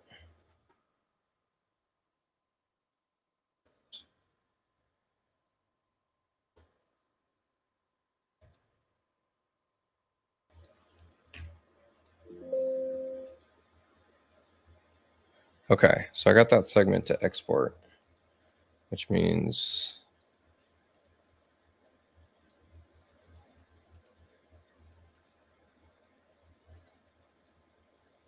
I can take this next segment. What a pain. This isn't worth watching, is it? Ask me questions.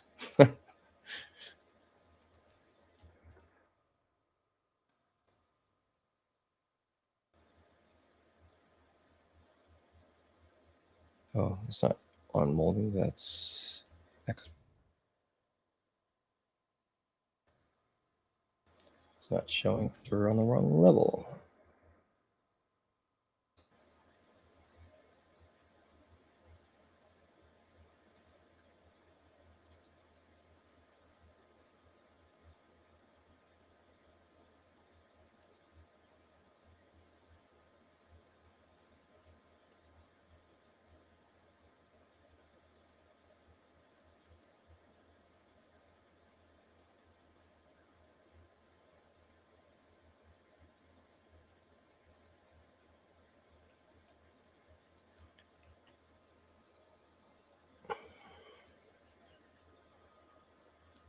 I think this corner is what was causing problems.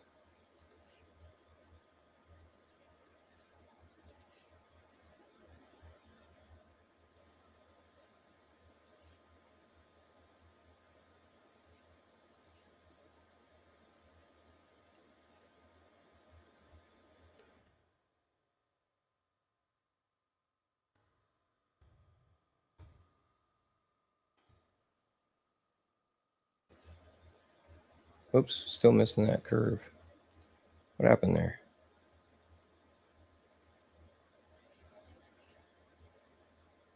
Okay. Oh, yeah.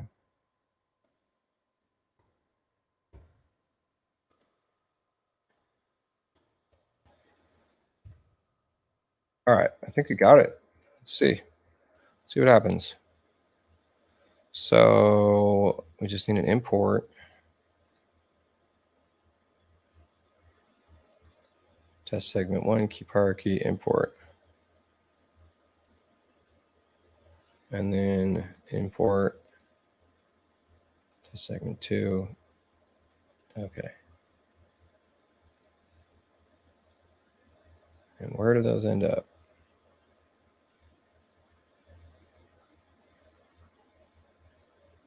Oh man, still problems.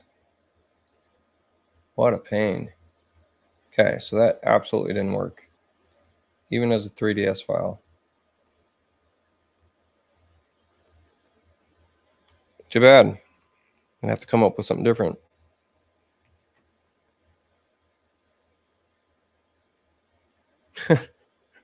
I think it just defeated me. Yeah, I'm thinking that that corner segment's a big problem. So if we get rid of that corner segment like entirely, if somehow, what do we do? Yeah, I don't know. I mean, it's clear there's no geometry in it. I get what you're getting at there, but so fake it. I can fake it. You know, really want to see a really easy way to fake this? What's this? Let's see. Where's my roads? There you go. Real easy way to fake it.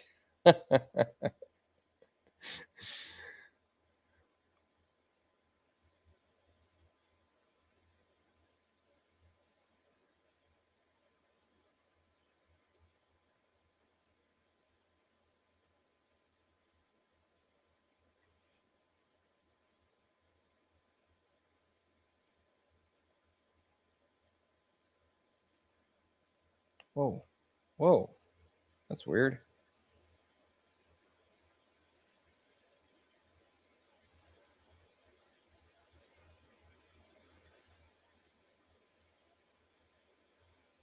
Doing some weird zoom out thing as I try to drag this material onto there. Let's get into import. Where's our main unknown? Need to re-up this.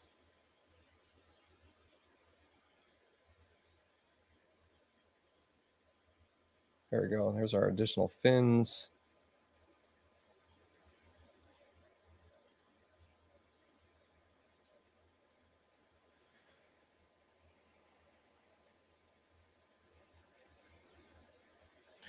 Yeah, I'm thinking about that, Tyson. I might go try that in X14. We pretty much have to do it from like a reference PDF or something, because it definitely worked in X14. I would eliminate that possibility, right? All right, so let me get into my metals. We're gonna do a couple things. I want iron on this.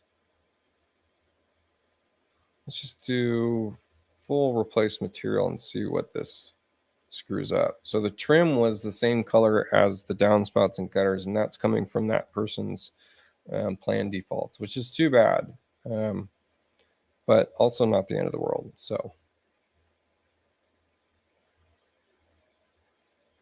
And then, let's see, I don't have a solid colors section. I should.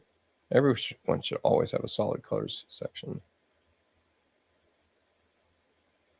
Could just replace it with drywall or what?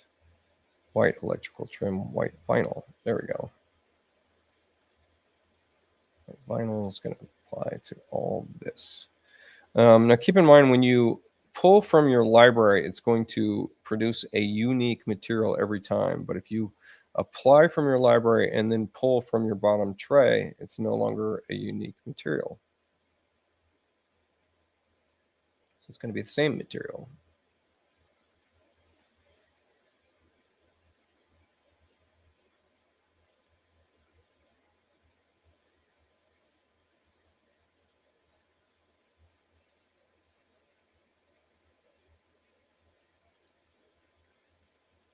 Man, that's doing something weird. See how it jumps my screen back? Isn't that strange? Yeah, whoa, what is that about? Oh, I'm touching my wheel. That's funny. Not used to that. It's a different mouse. I'm using the G604 instead of my G602. And it's like it's got some, ooh, yeah. Let's see if I can lock that. There we go, better.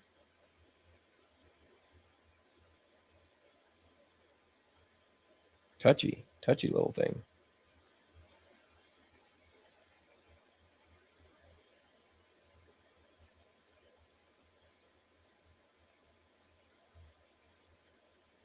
Oops, what'd I do?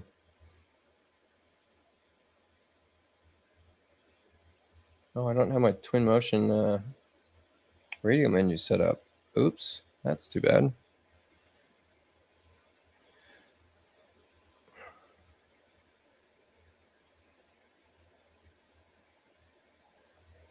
Yeah, I mean, I tried converting it to a fixture and it wouldn't work, David.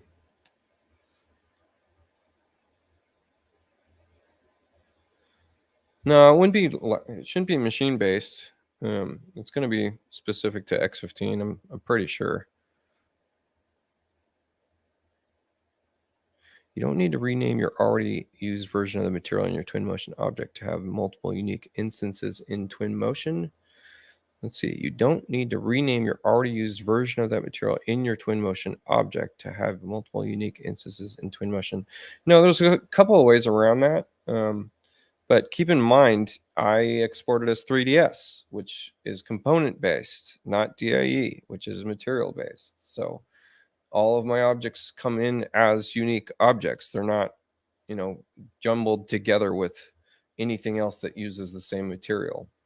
That's why I like the 3ds export method. Okay, let's get roofing. And let's drop my roof material in here. There we go. That's looking better. Let's replace this metal.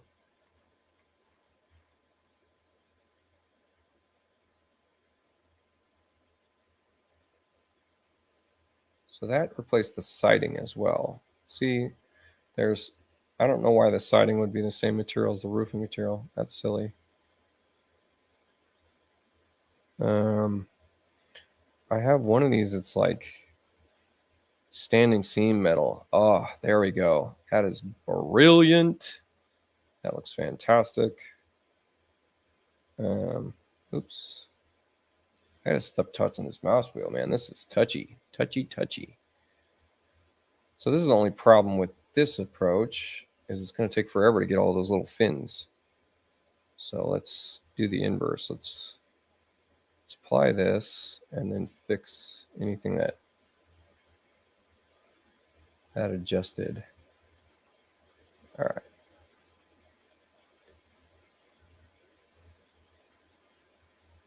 Let's get a siding material here.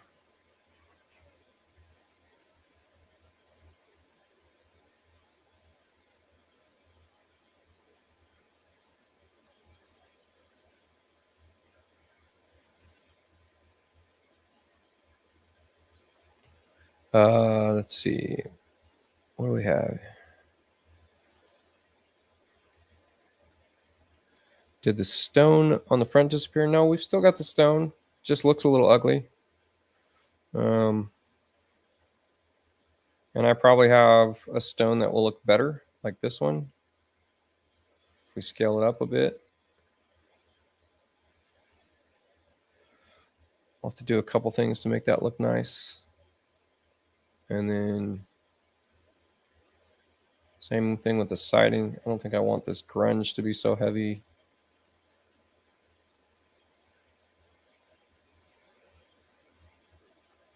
It's the 255, 255, 251.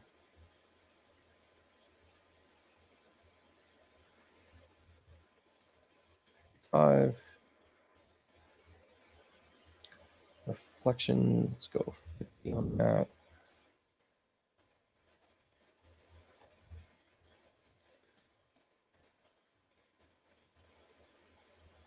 Might bring this more towards a taupe. It's not going to look this way when we render it. It's going to look a little bit better when we start rendering this.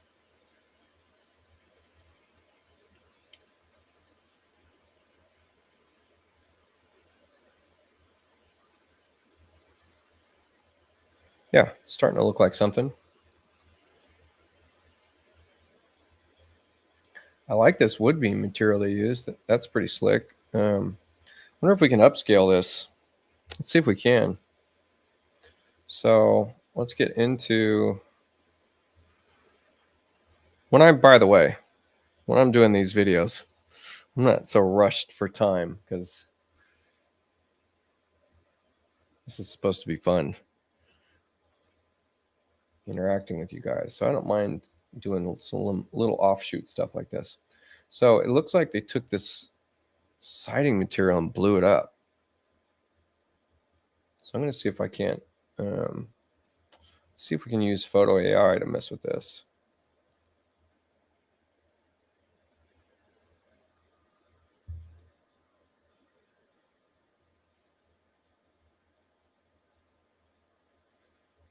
So we're going to upscale this bad boy.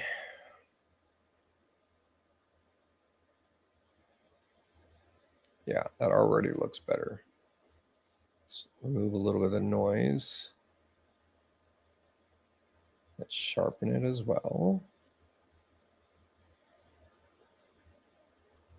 Let's sharpen it more. Kind of liking that. Looks a little muddy, but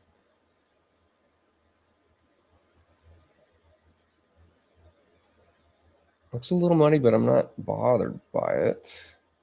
Let's drop clarity down.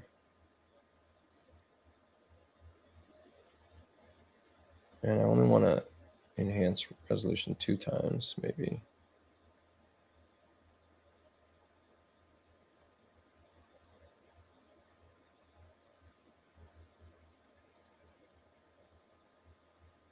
Yeah, let's go back to 4 times.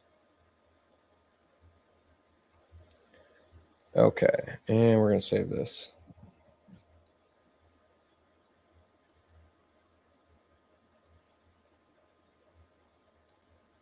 And now, should be able to grab this. Oh yeah, immediately better. Look at that. Wasn't that nice? Kind of slick. I want to mess with the stretch here. Something like that. Okay. I don't like the displacement on this zone. I think we could do much better, but who knows? Let's see. There is parallax. There we go. We're going to end up doing some Photoshop touches to that.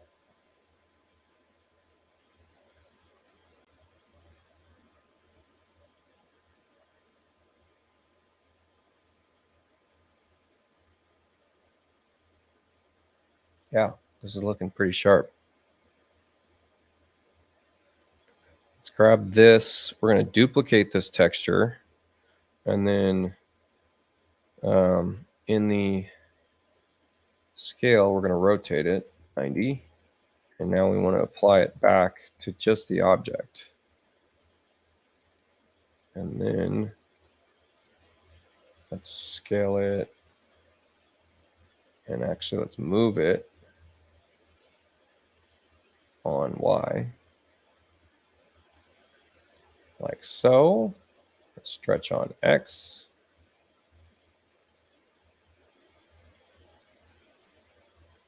And then I'm going to fix some of this in Photoshop. No big deal.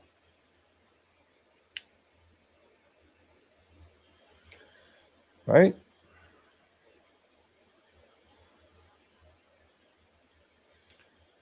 Now let's kind of move our background a little bit.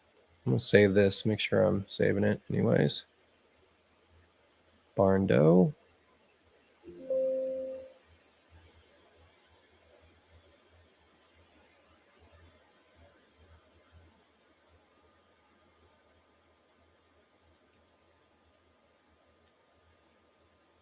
Okay. Fix that actually. Let's see.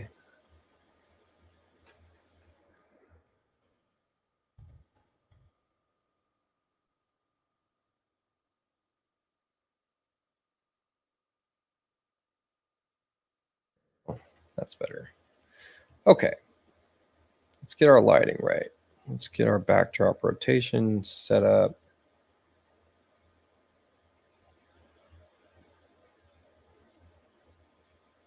I think that's kind of fun. It's splashing across the face. Let's try the other way.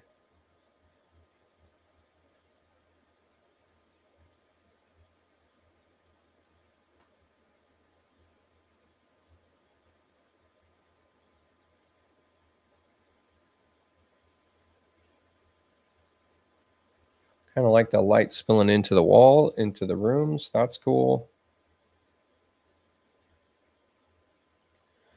Want to make sure that our sun intensity is up. That gives us those shadows.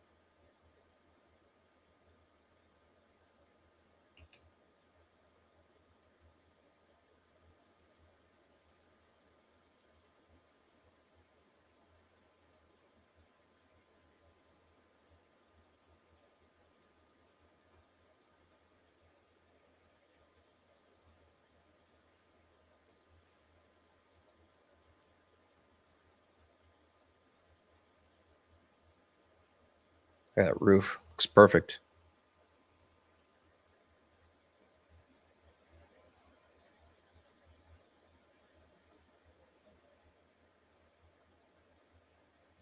I forgot to do material regions on this side.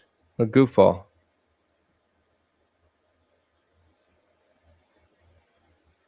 Dang it.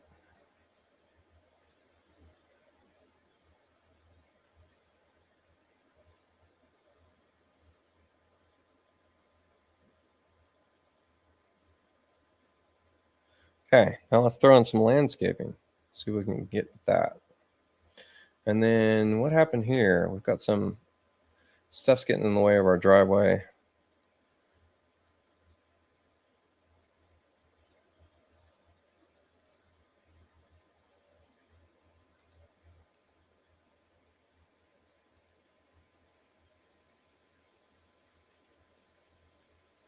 Interesting. I'm selecting this and it's not giving me the tools for it.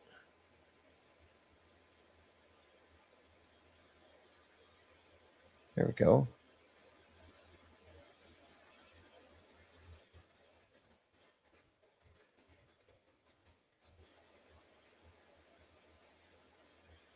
Huh.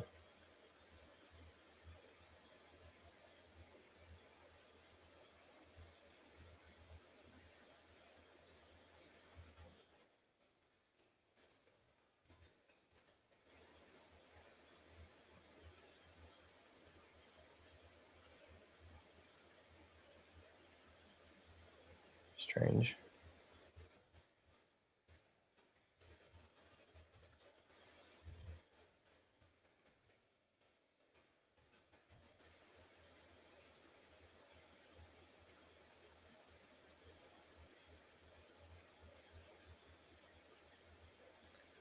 Let's try this.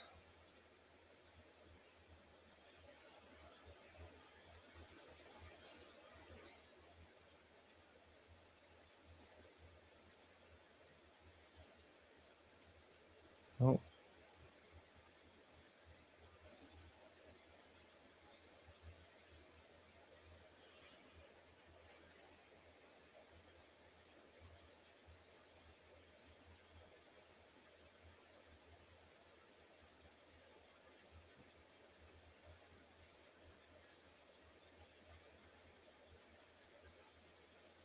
Yeah, I'm gonna have to do some fixes to terrain. This is not coming out the way I wanted it to.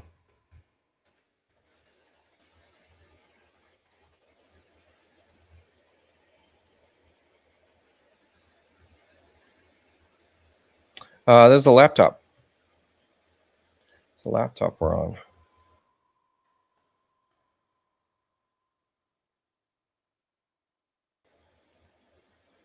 I'm not sure why this is not letting me erase. Oh, we're having all kinds of problems in this episode. All right, let's just get rid of it. See what happens.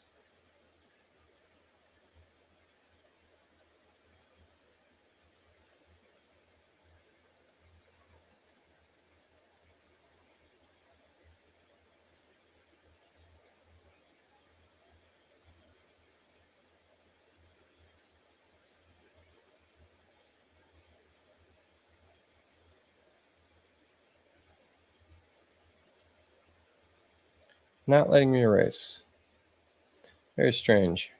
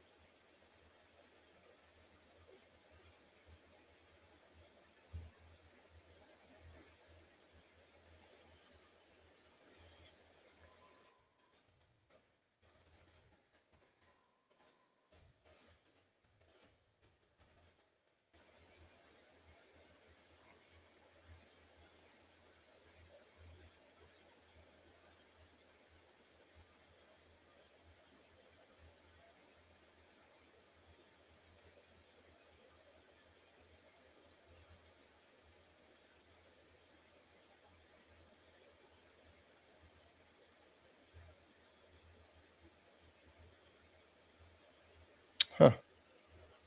Terrible. Okay. Well, that's too bad.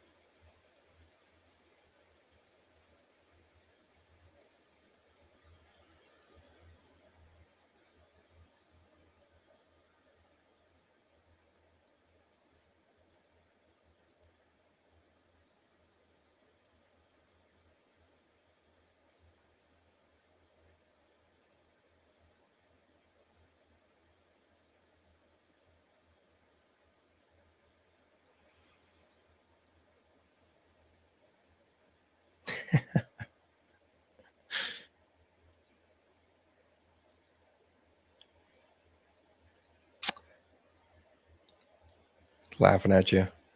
Cottage keeper's laughing at you. Yes, it's a low path trace setting. I just use it for preview.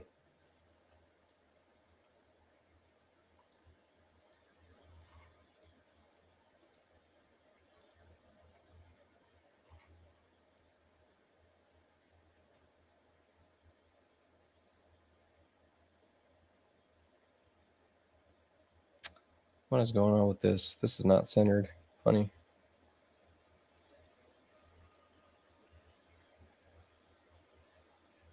This must be an old file of mine.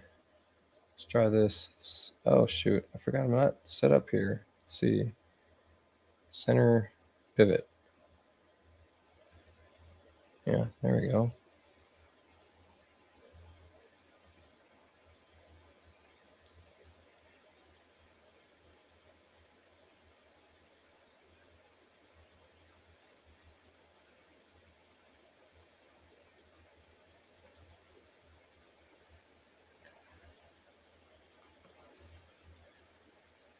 So I like to just put stuff in place, even if it's not what's going to be there in its final form, just to kind of get a feel for things.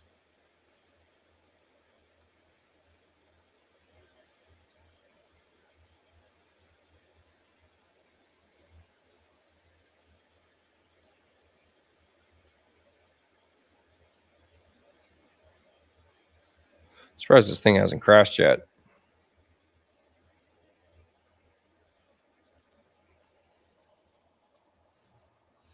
Oh. Yeah, still hasn't crashed. I'm impressed.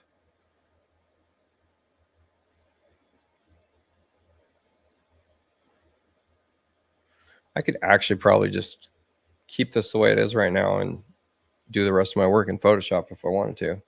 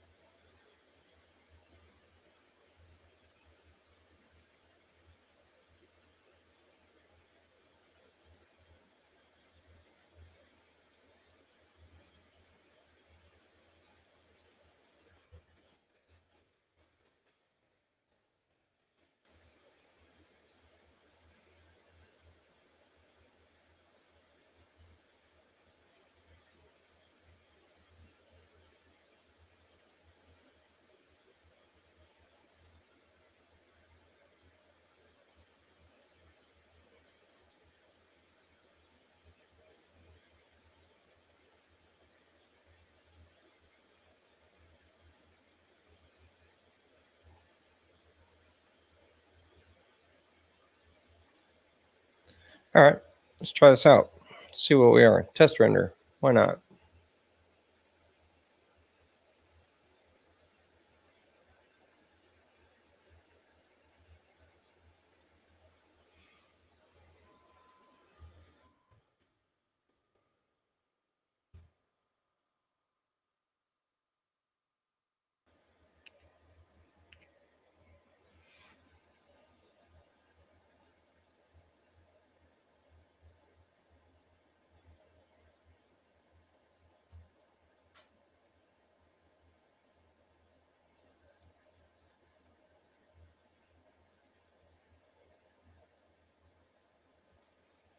I thought this version already did 16K renders.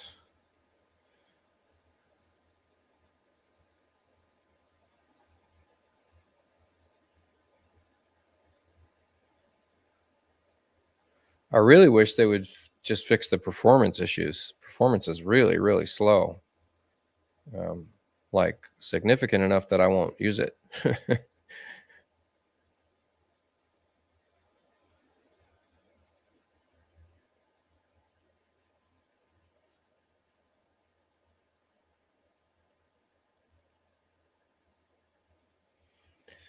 I don't think I'm ready for Twinmotion. I'd hoped it would be a solution for my MacBook Pro to offer beautiful renderings in a sales pitch. Well, it's just not going to do path tracers, so it's not quite there yet.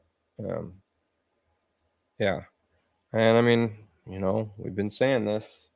Mac just isn't for this industry, in my opinion. Um,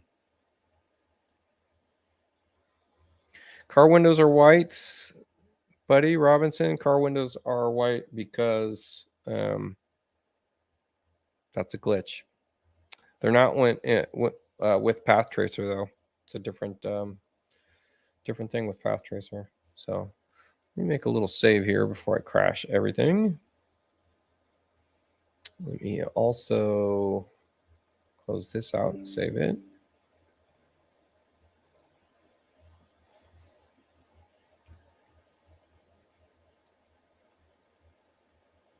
And then we're gonna fire up Photoshop and just see what happens when we throw a quick filter at this. Oh, this machine is so fast. I just love it. I asked the AMD rep, and he's like, I asked him, like, am I forced to talk about this? Do I have to talk about this? He's like, no, just use it and enjoy it. And if you enjoy it, talk about it. And I'm like, okay. So if I don't like it, I don't have to talk about it. And I'm using it and it's great. And I'm not lying. And I don't get paid for this. So yeah. Um, kind of wild. This thing is fast. I like using it. And I have a desktop with a 4090 in it. And here I am using this thing. All right, so let's see. So let's just see what happens when we just do some quick filter stuff. And I mean, I'm going to end up doing some background replacement stitching in Chief. I'm probably going to get rid of this tree and do my own overlays with trees. I just want to see, this is what I would call just a test through where I'm going to look at some just quick filters. Like that's a pretty quick dynamic look at this to see what we can get looks wise. All right, so we don't want anything in the season's spring. Let's try summer. Summer is a little harsh too. These are all pretty aggressive filters. I don't like the seasons ones. Cinematic's always aggressive. Cinematic 2 is not as aggressive sometimes. Like that's pretty nice. Cinematic 15. Futuristic is kind of aggressive.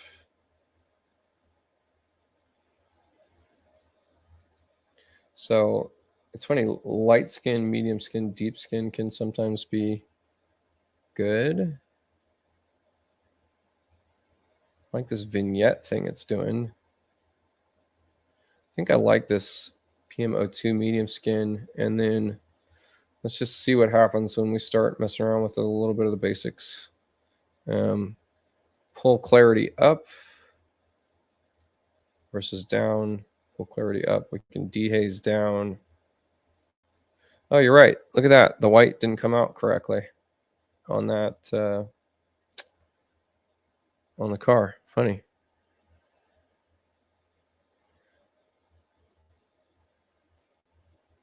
So I don't need to pull vibrance down, but in the color mixer, we can kind of pull the greens in towards tans, yellows, desaturate that sky, bring it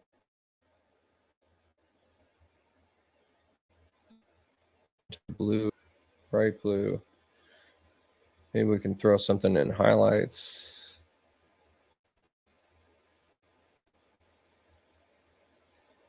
We throw blue in highlights.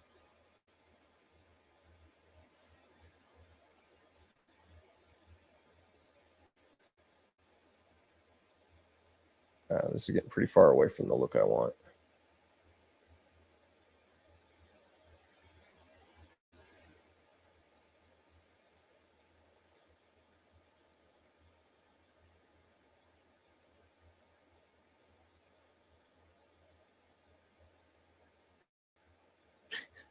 You're looking crazy.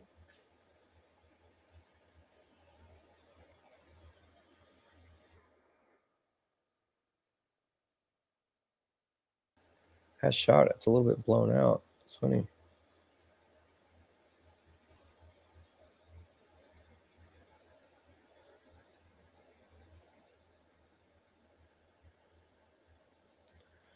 So what I'll end up doing is I'll come in here and I'll start making this stone feature be a more stone-like. That's going to trick your eyes. We need to fix the battens here. Need to fix the background, replace the background entirely, probably.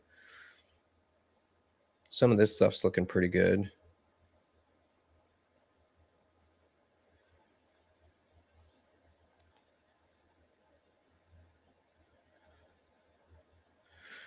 Twinmotion uses DXR. DXR supposedly can use multiple GPUs for ray tracing. If you look at game benchmarks, sometimes AMD wins. Wonder if it's in DXR games. I don't know. I'm holding my breath, man. Until I see it, I don't quite believe it yet. That's because it's never been the case before. And if Twinmotion gets it before Unreal, that doesn't make any sense. So, and I haven't heard anything about Unreal having it, and it's not in their public roadmap. So it sounds kind of crazy that they would say that they're doing that. But hey, if we see it, we see it. That's great. How much VRAM? That's a good question. Nova 16 AR HA 76850X. I mean, I feel like that's a quick lookup. So 68.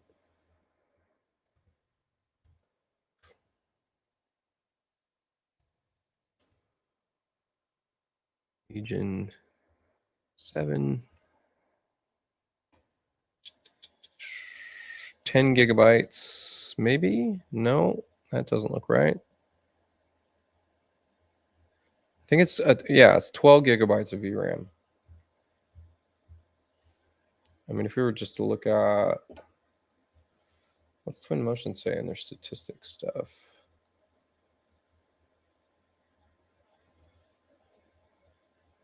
Two gigabytes texture. 65 frames per second in the scene, too. It's pretty good at 4.5 million polygons. That's honestly pretty good. Here, you guys want to do a real test? Let's do this. Let's just cancel all this out. Let's kill Photoshop. Let's kill all this. Let's kill SketchUp.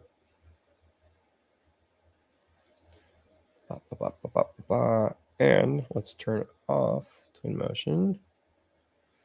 So I don't know if this will crash the feed temporarily or not, but I'm going to hook up the external GPU and see what happens. So we'll see if this crashes. So we've got external is here.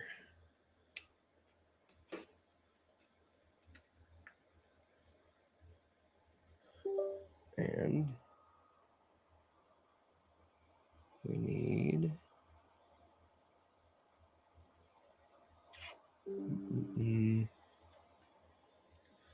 and the external has been enabled. All right, so that's on. Oh, I think.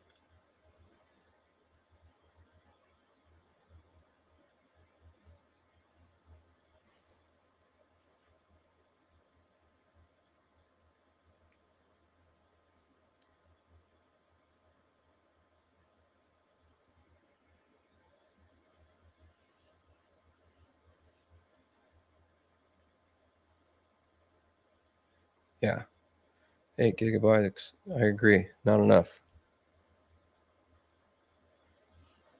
Let's try a new banner. Let's see.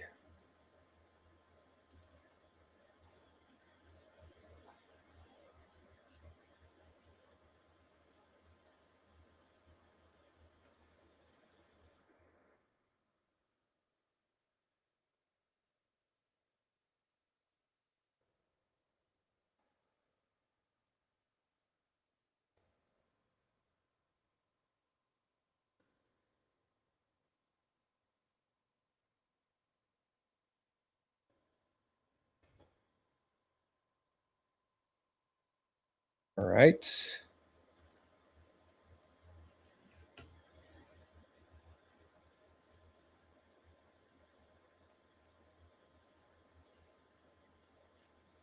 What do we have? So that's showing. It's interesting. It's showing. Well, it's showing it's running off of both right now. I don't know why.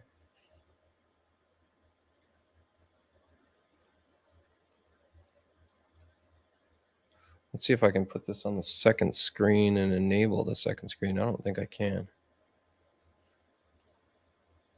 Okay, so if I move this out and run a... Which one's spiking?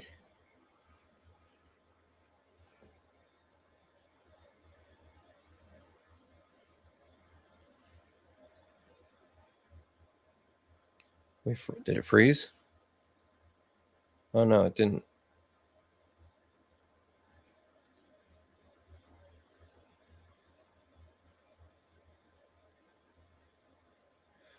It's like refreshing right now over and over again. That's kind of funny. Why?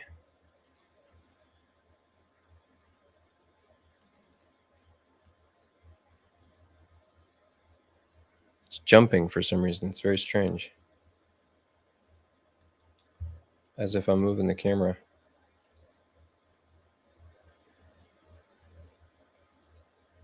Let's just try and export.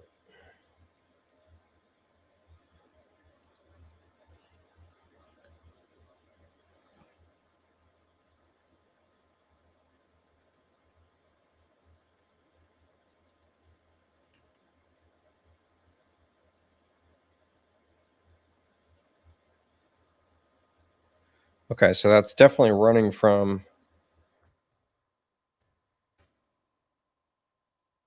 Yeah, that's definitely running from the 6950 because that was way faster. It's interesting that the 6850 is still moving right now for some reason.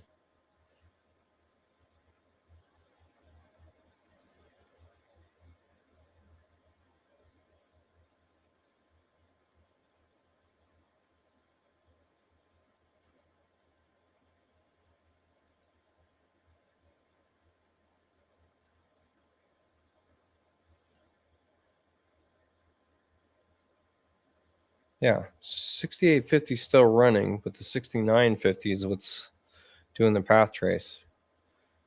Funny.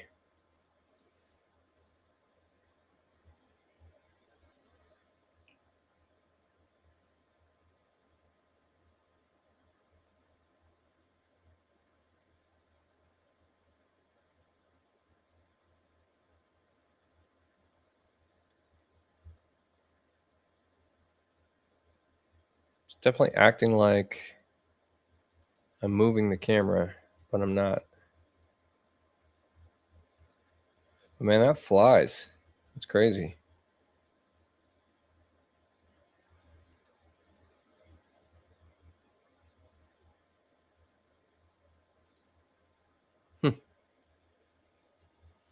Mm-hmm. Cool. All right, guys, I'm getting tired. I think I'm gonna take a break. Anybody got questions? So just so you guys know, I'm running a Sonnet eGPU with a 6950. After tomorrow, I'll be running a 7900 XTX in that Sonnet eGPU, barring any kind of problems installing it. And that's running off of this Lenovo 16A-RHA7. Kind of cool that you can just do the GPU thing and then unplug and go do your thing, and it's still powerful enough to run everything that you need it to run.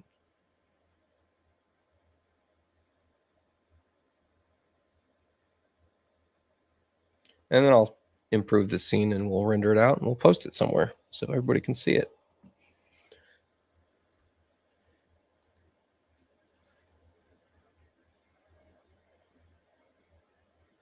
SLI required, but SLI doesn't make any sense.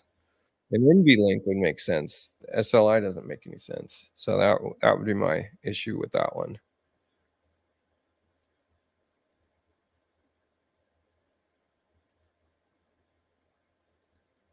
13th gen what? What is the 13th gen? You gotta tell me more about that. I actually don't know as much as I maybe sound like I do.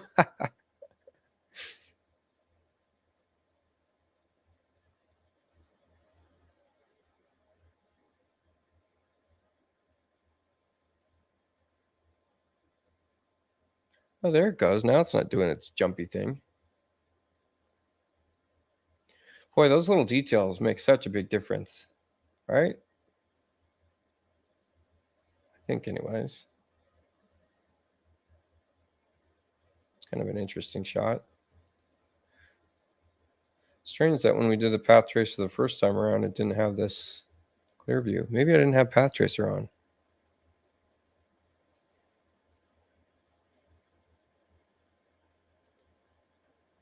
I don't know how many monitors it can drive. I've got it driving 2 right now. So yeah, I mean, I've got it driving its main and its secondary. So I'm looking at the secondary for the chat, and then I'm running off the main. But I don't have another monitor to plug into it, honestly. I mean, I guess I do. I guess I have my big ones upstairs in my office. Yeah, I couldn't tell you. Could not tell you. It's only got one HDMI out, but then you've got a Thunderbolt out, or it's USB 4 is what it's called. So the USB 4 is hooked up to an eGPU. The eGPU can daisy chain as many monitors as you want.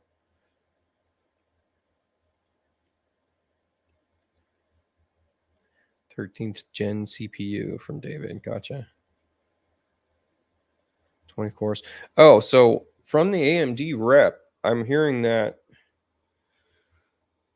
What's the thing he's talking about? There's something coming up that's 64 cores. I got to talk to him and ask him about that. The next laptop they got coming out is crazy. So, yeah, which is maybe why this thing is so inexpensive. $2,200 is like nothing to get in and be able to do this kind of stuff. I mean, I paid $3,000 for mine 2 years ago. Yeah. What should I do with this backyard? Should I put another building there? Maybe.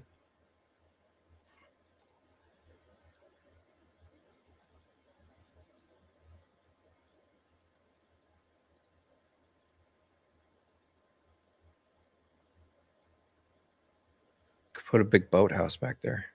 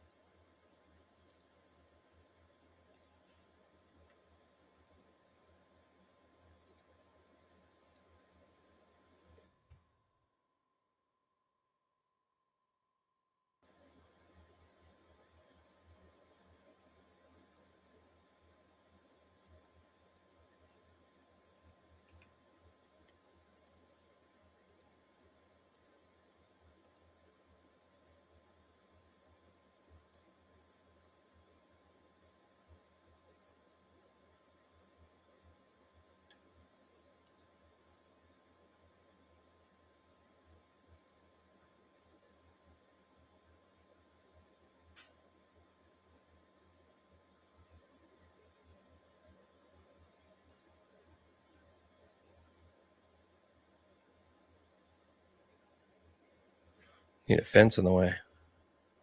Should have drawn a fence. It's about a 12th gen with an OLED and a 3070 Ti for 1600. Yeah.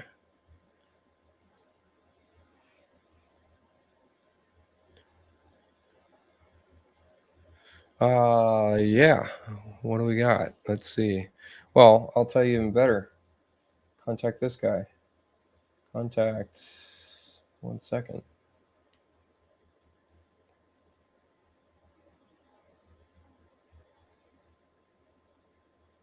I'll look him up for you. He said I can do this. He said I can have you guys harass him. Or maybe message me direct about it, but let's see. Let's see what we got here. I need his contact info.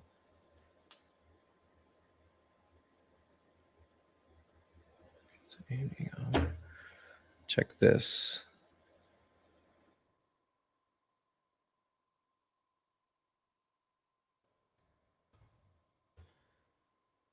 Show up in the comments for you? Probably. Yeah. Maybe he'll yell at me. Maybe I wasn't supposed to do that. I think I am though. I asked. So I said contact him. Yeah, I asked him if he wants me to have people contact him. So yeah, do it. And he's very knowledgeable with this stuff. So that guy supplies all of Chief Architect's AMD machines. And if you had noticed, if you guys have been to KBiz or if you had been to their training event in Coeur d'Alene, they had these machines. They were using them for all their ray tracing stuff. So, and they're faster now than they were then because of that driver update.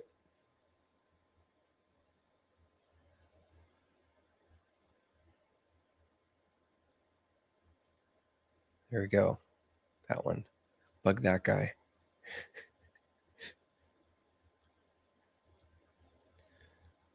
Well, we were just doing it on the 6850. So what happens if I unplug this right now? You think it crashes? I bet it crashes. It's got to, right?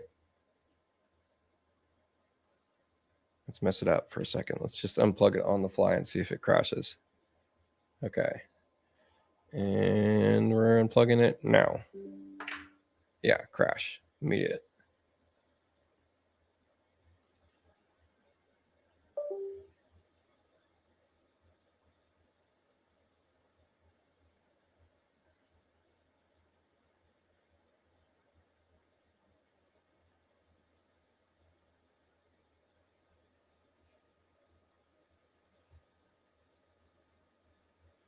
All right, let's pop it back up and see. Did it do what it do?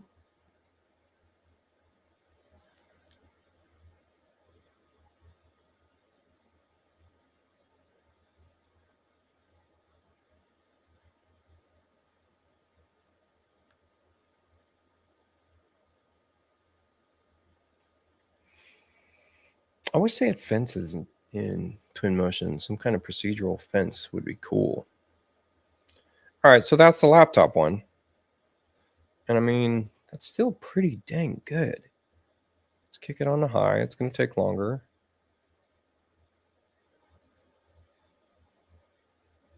I mean, I'm backing up the camera too right now. All right, now I let go of the camera. Let's see it. Let's run its spaces.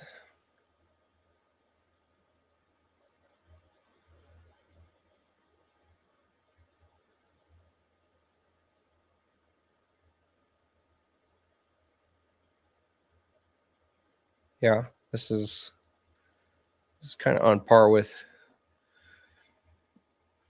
my 3080 machine.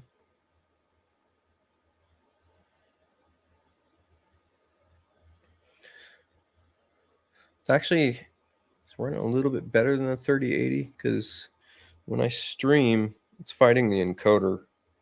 That's the only problem with this.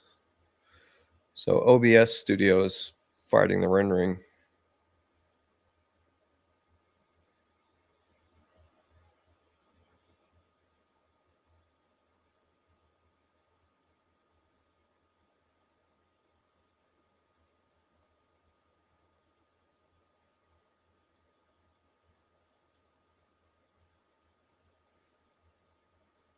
All right, so there's your high pass 250 denoise.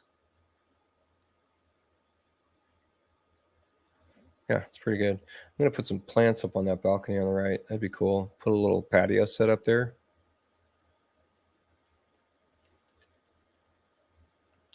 So the laptop's got 12 gigs. Oh, system RAM 36.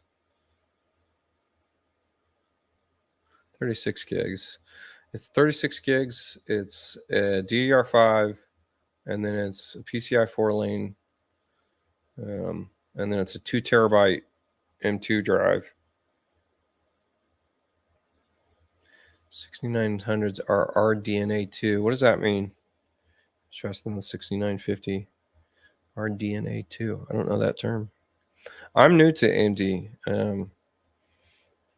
so I'm thinking about putting the 7900 in my main machine just to see a direct comparison to the 4090. I don't expect that it's going to keep up, but you can still see some, some side by side. And then we're definitely going to have the 7900 in the eGPU just to see what it does and see how often I can crash it.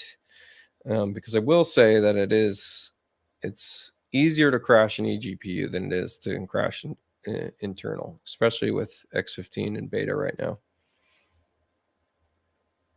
Okay, new architecture. Gotcha. Yeah.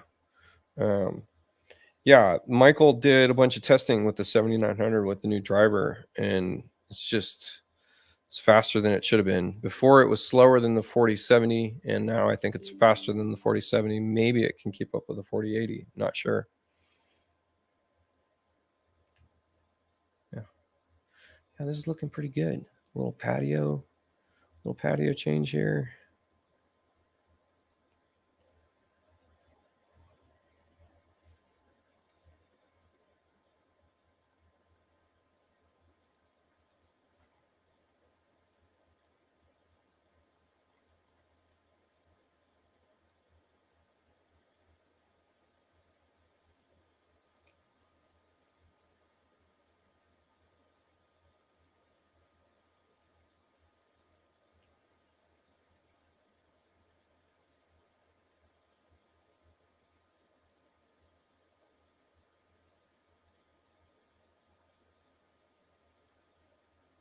Fake it till we make it, maybe. Right there, something. Is that going to be in the shot? Maybe. Maybe it is. All right.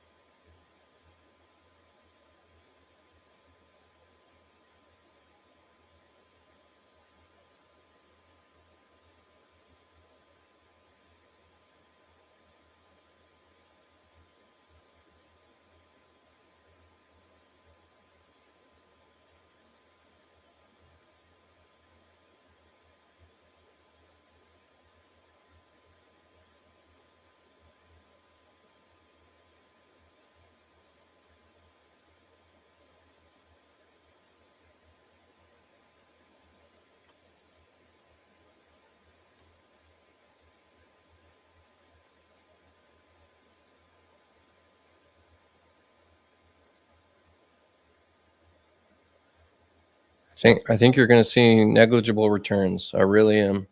If you study up on just the architecture of those cards and how they work, I don't see how Twinmotion is going to take use of it. But an easy way to test it is sign up for iRender.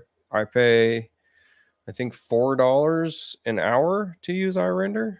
And so you could have a machine. Well, it's going to be more than that. It's going to be more than that for multiple cards, and maybe $8 an hour.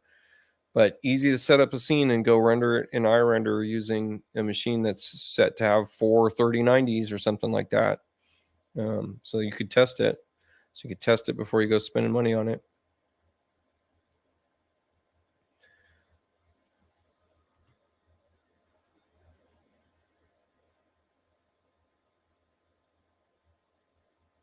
Yeah, this shot's getting there. I'm missing that second batten.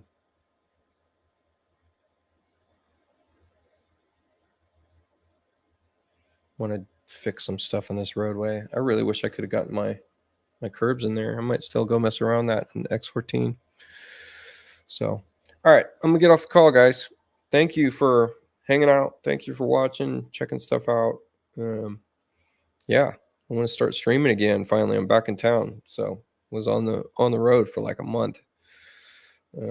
Went to KBiz, and then I was teaching the advanced class over at Chief Summit event, and then I went on a little snow trip to Salt Lake City, and then now my mom's trying to get me to go to Europe, and then after that I got Costa Rica. So a lot of stuff going on, but I'll start streaming again. And then if you didn't know about it, on the Facebook Rabbit Design feed, I am monthly giveaways. I'm giving away training packages every month to anybody that registers for the live show for that month. So go check that out. All right. How's the vacation? Was awesome. My legs are dead. 4 days of snowboarding and skiing. So I did both. And yeah, it was fun. All right. Check you later. Thanks.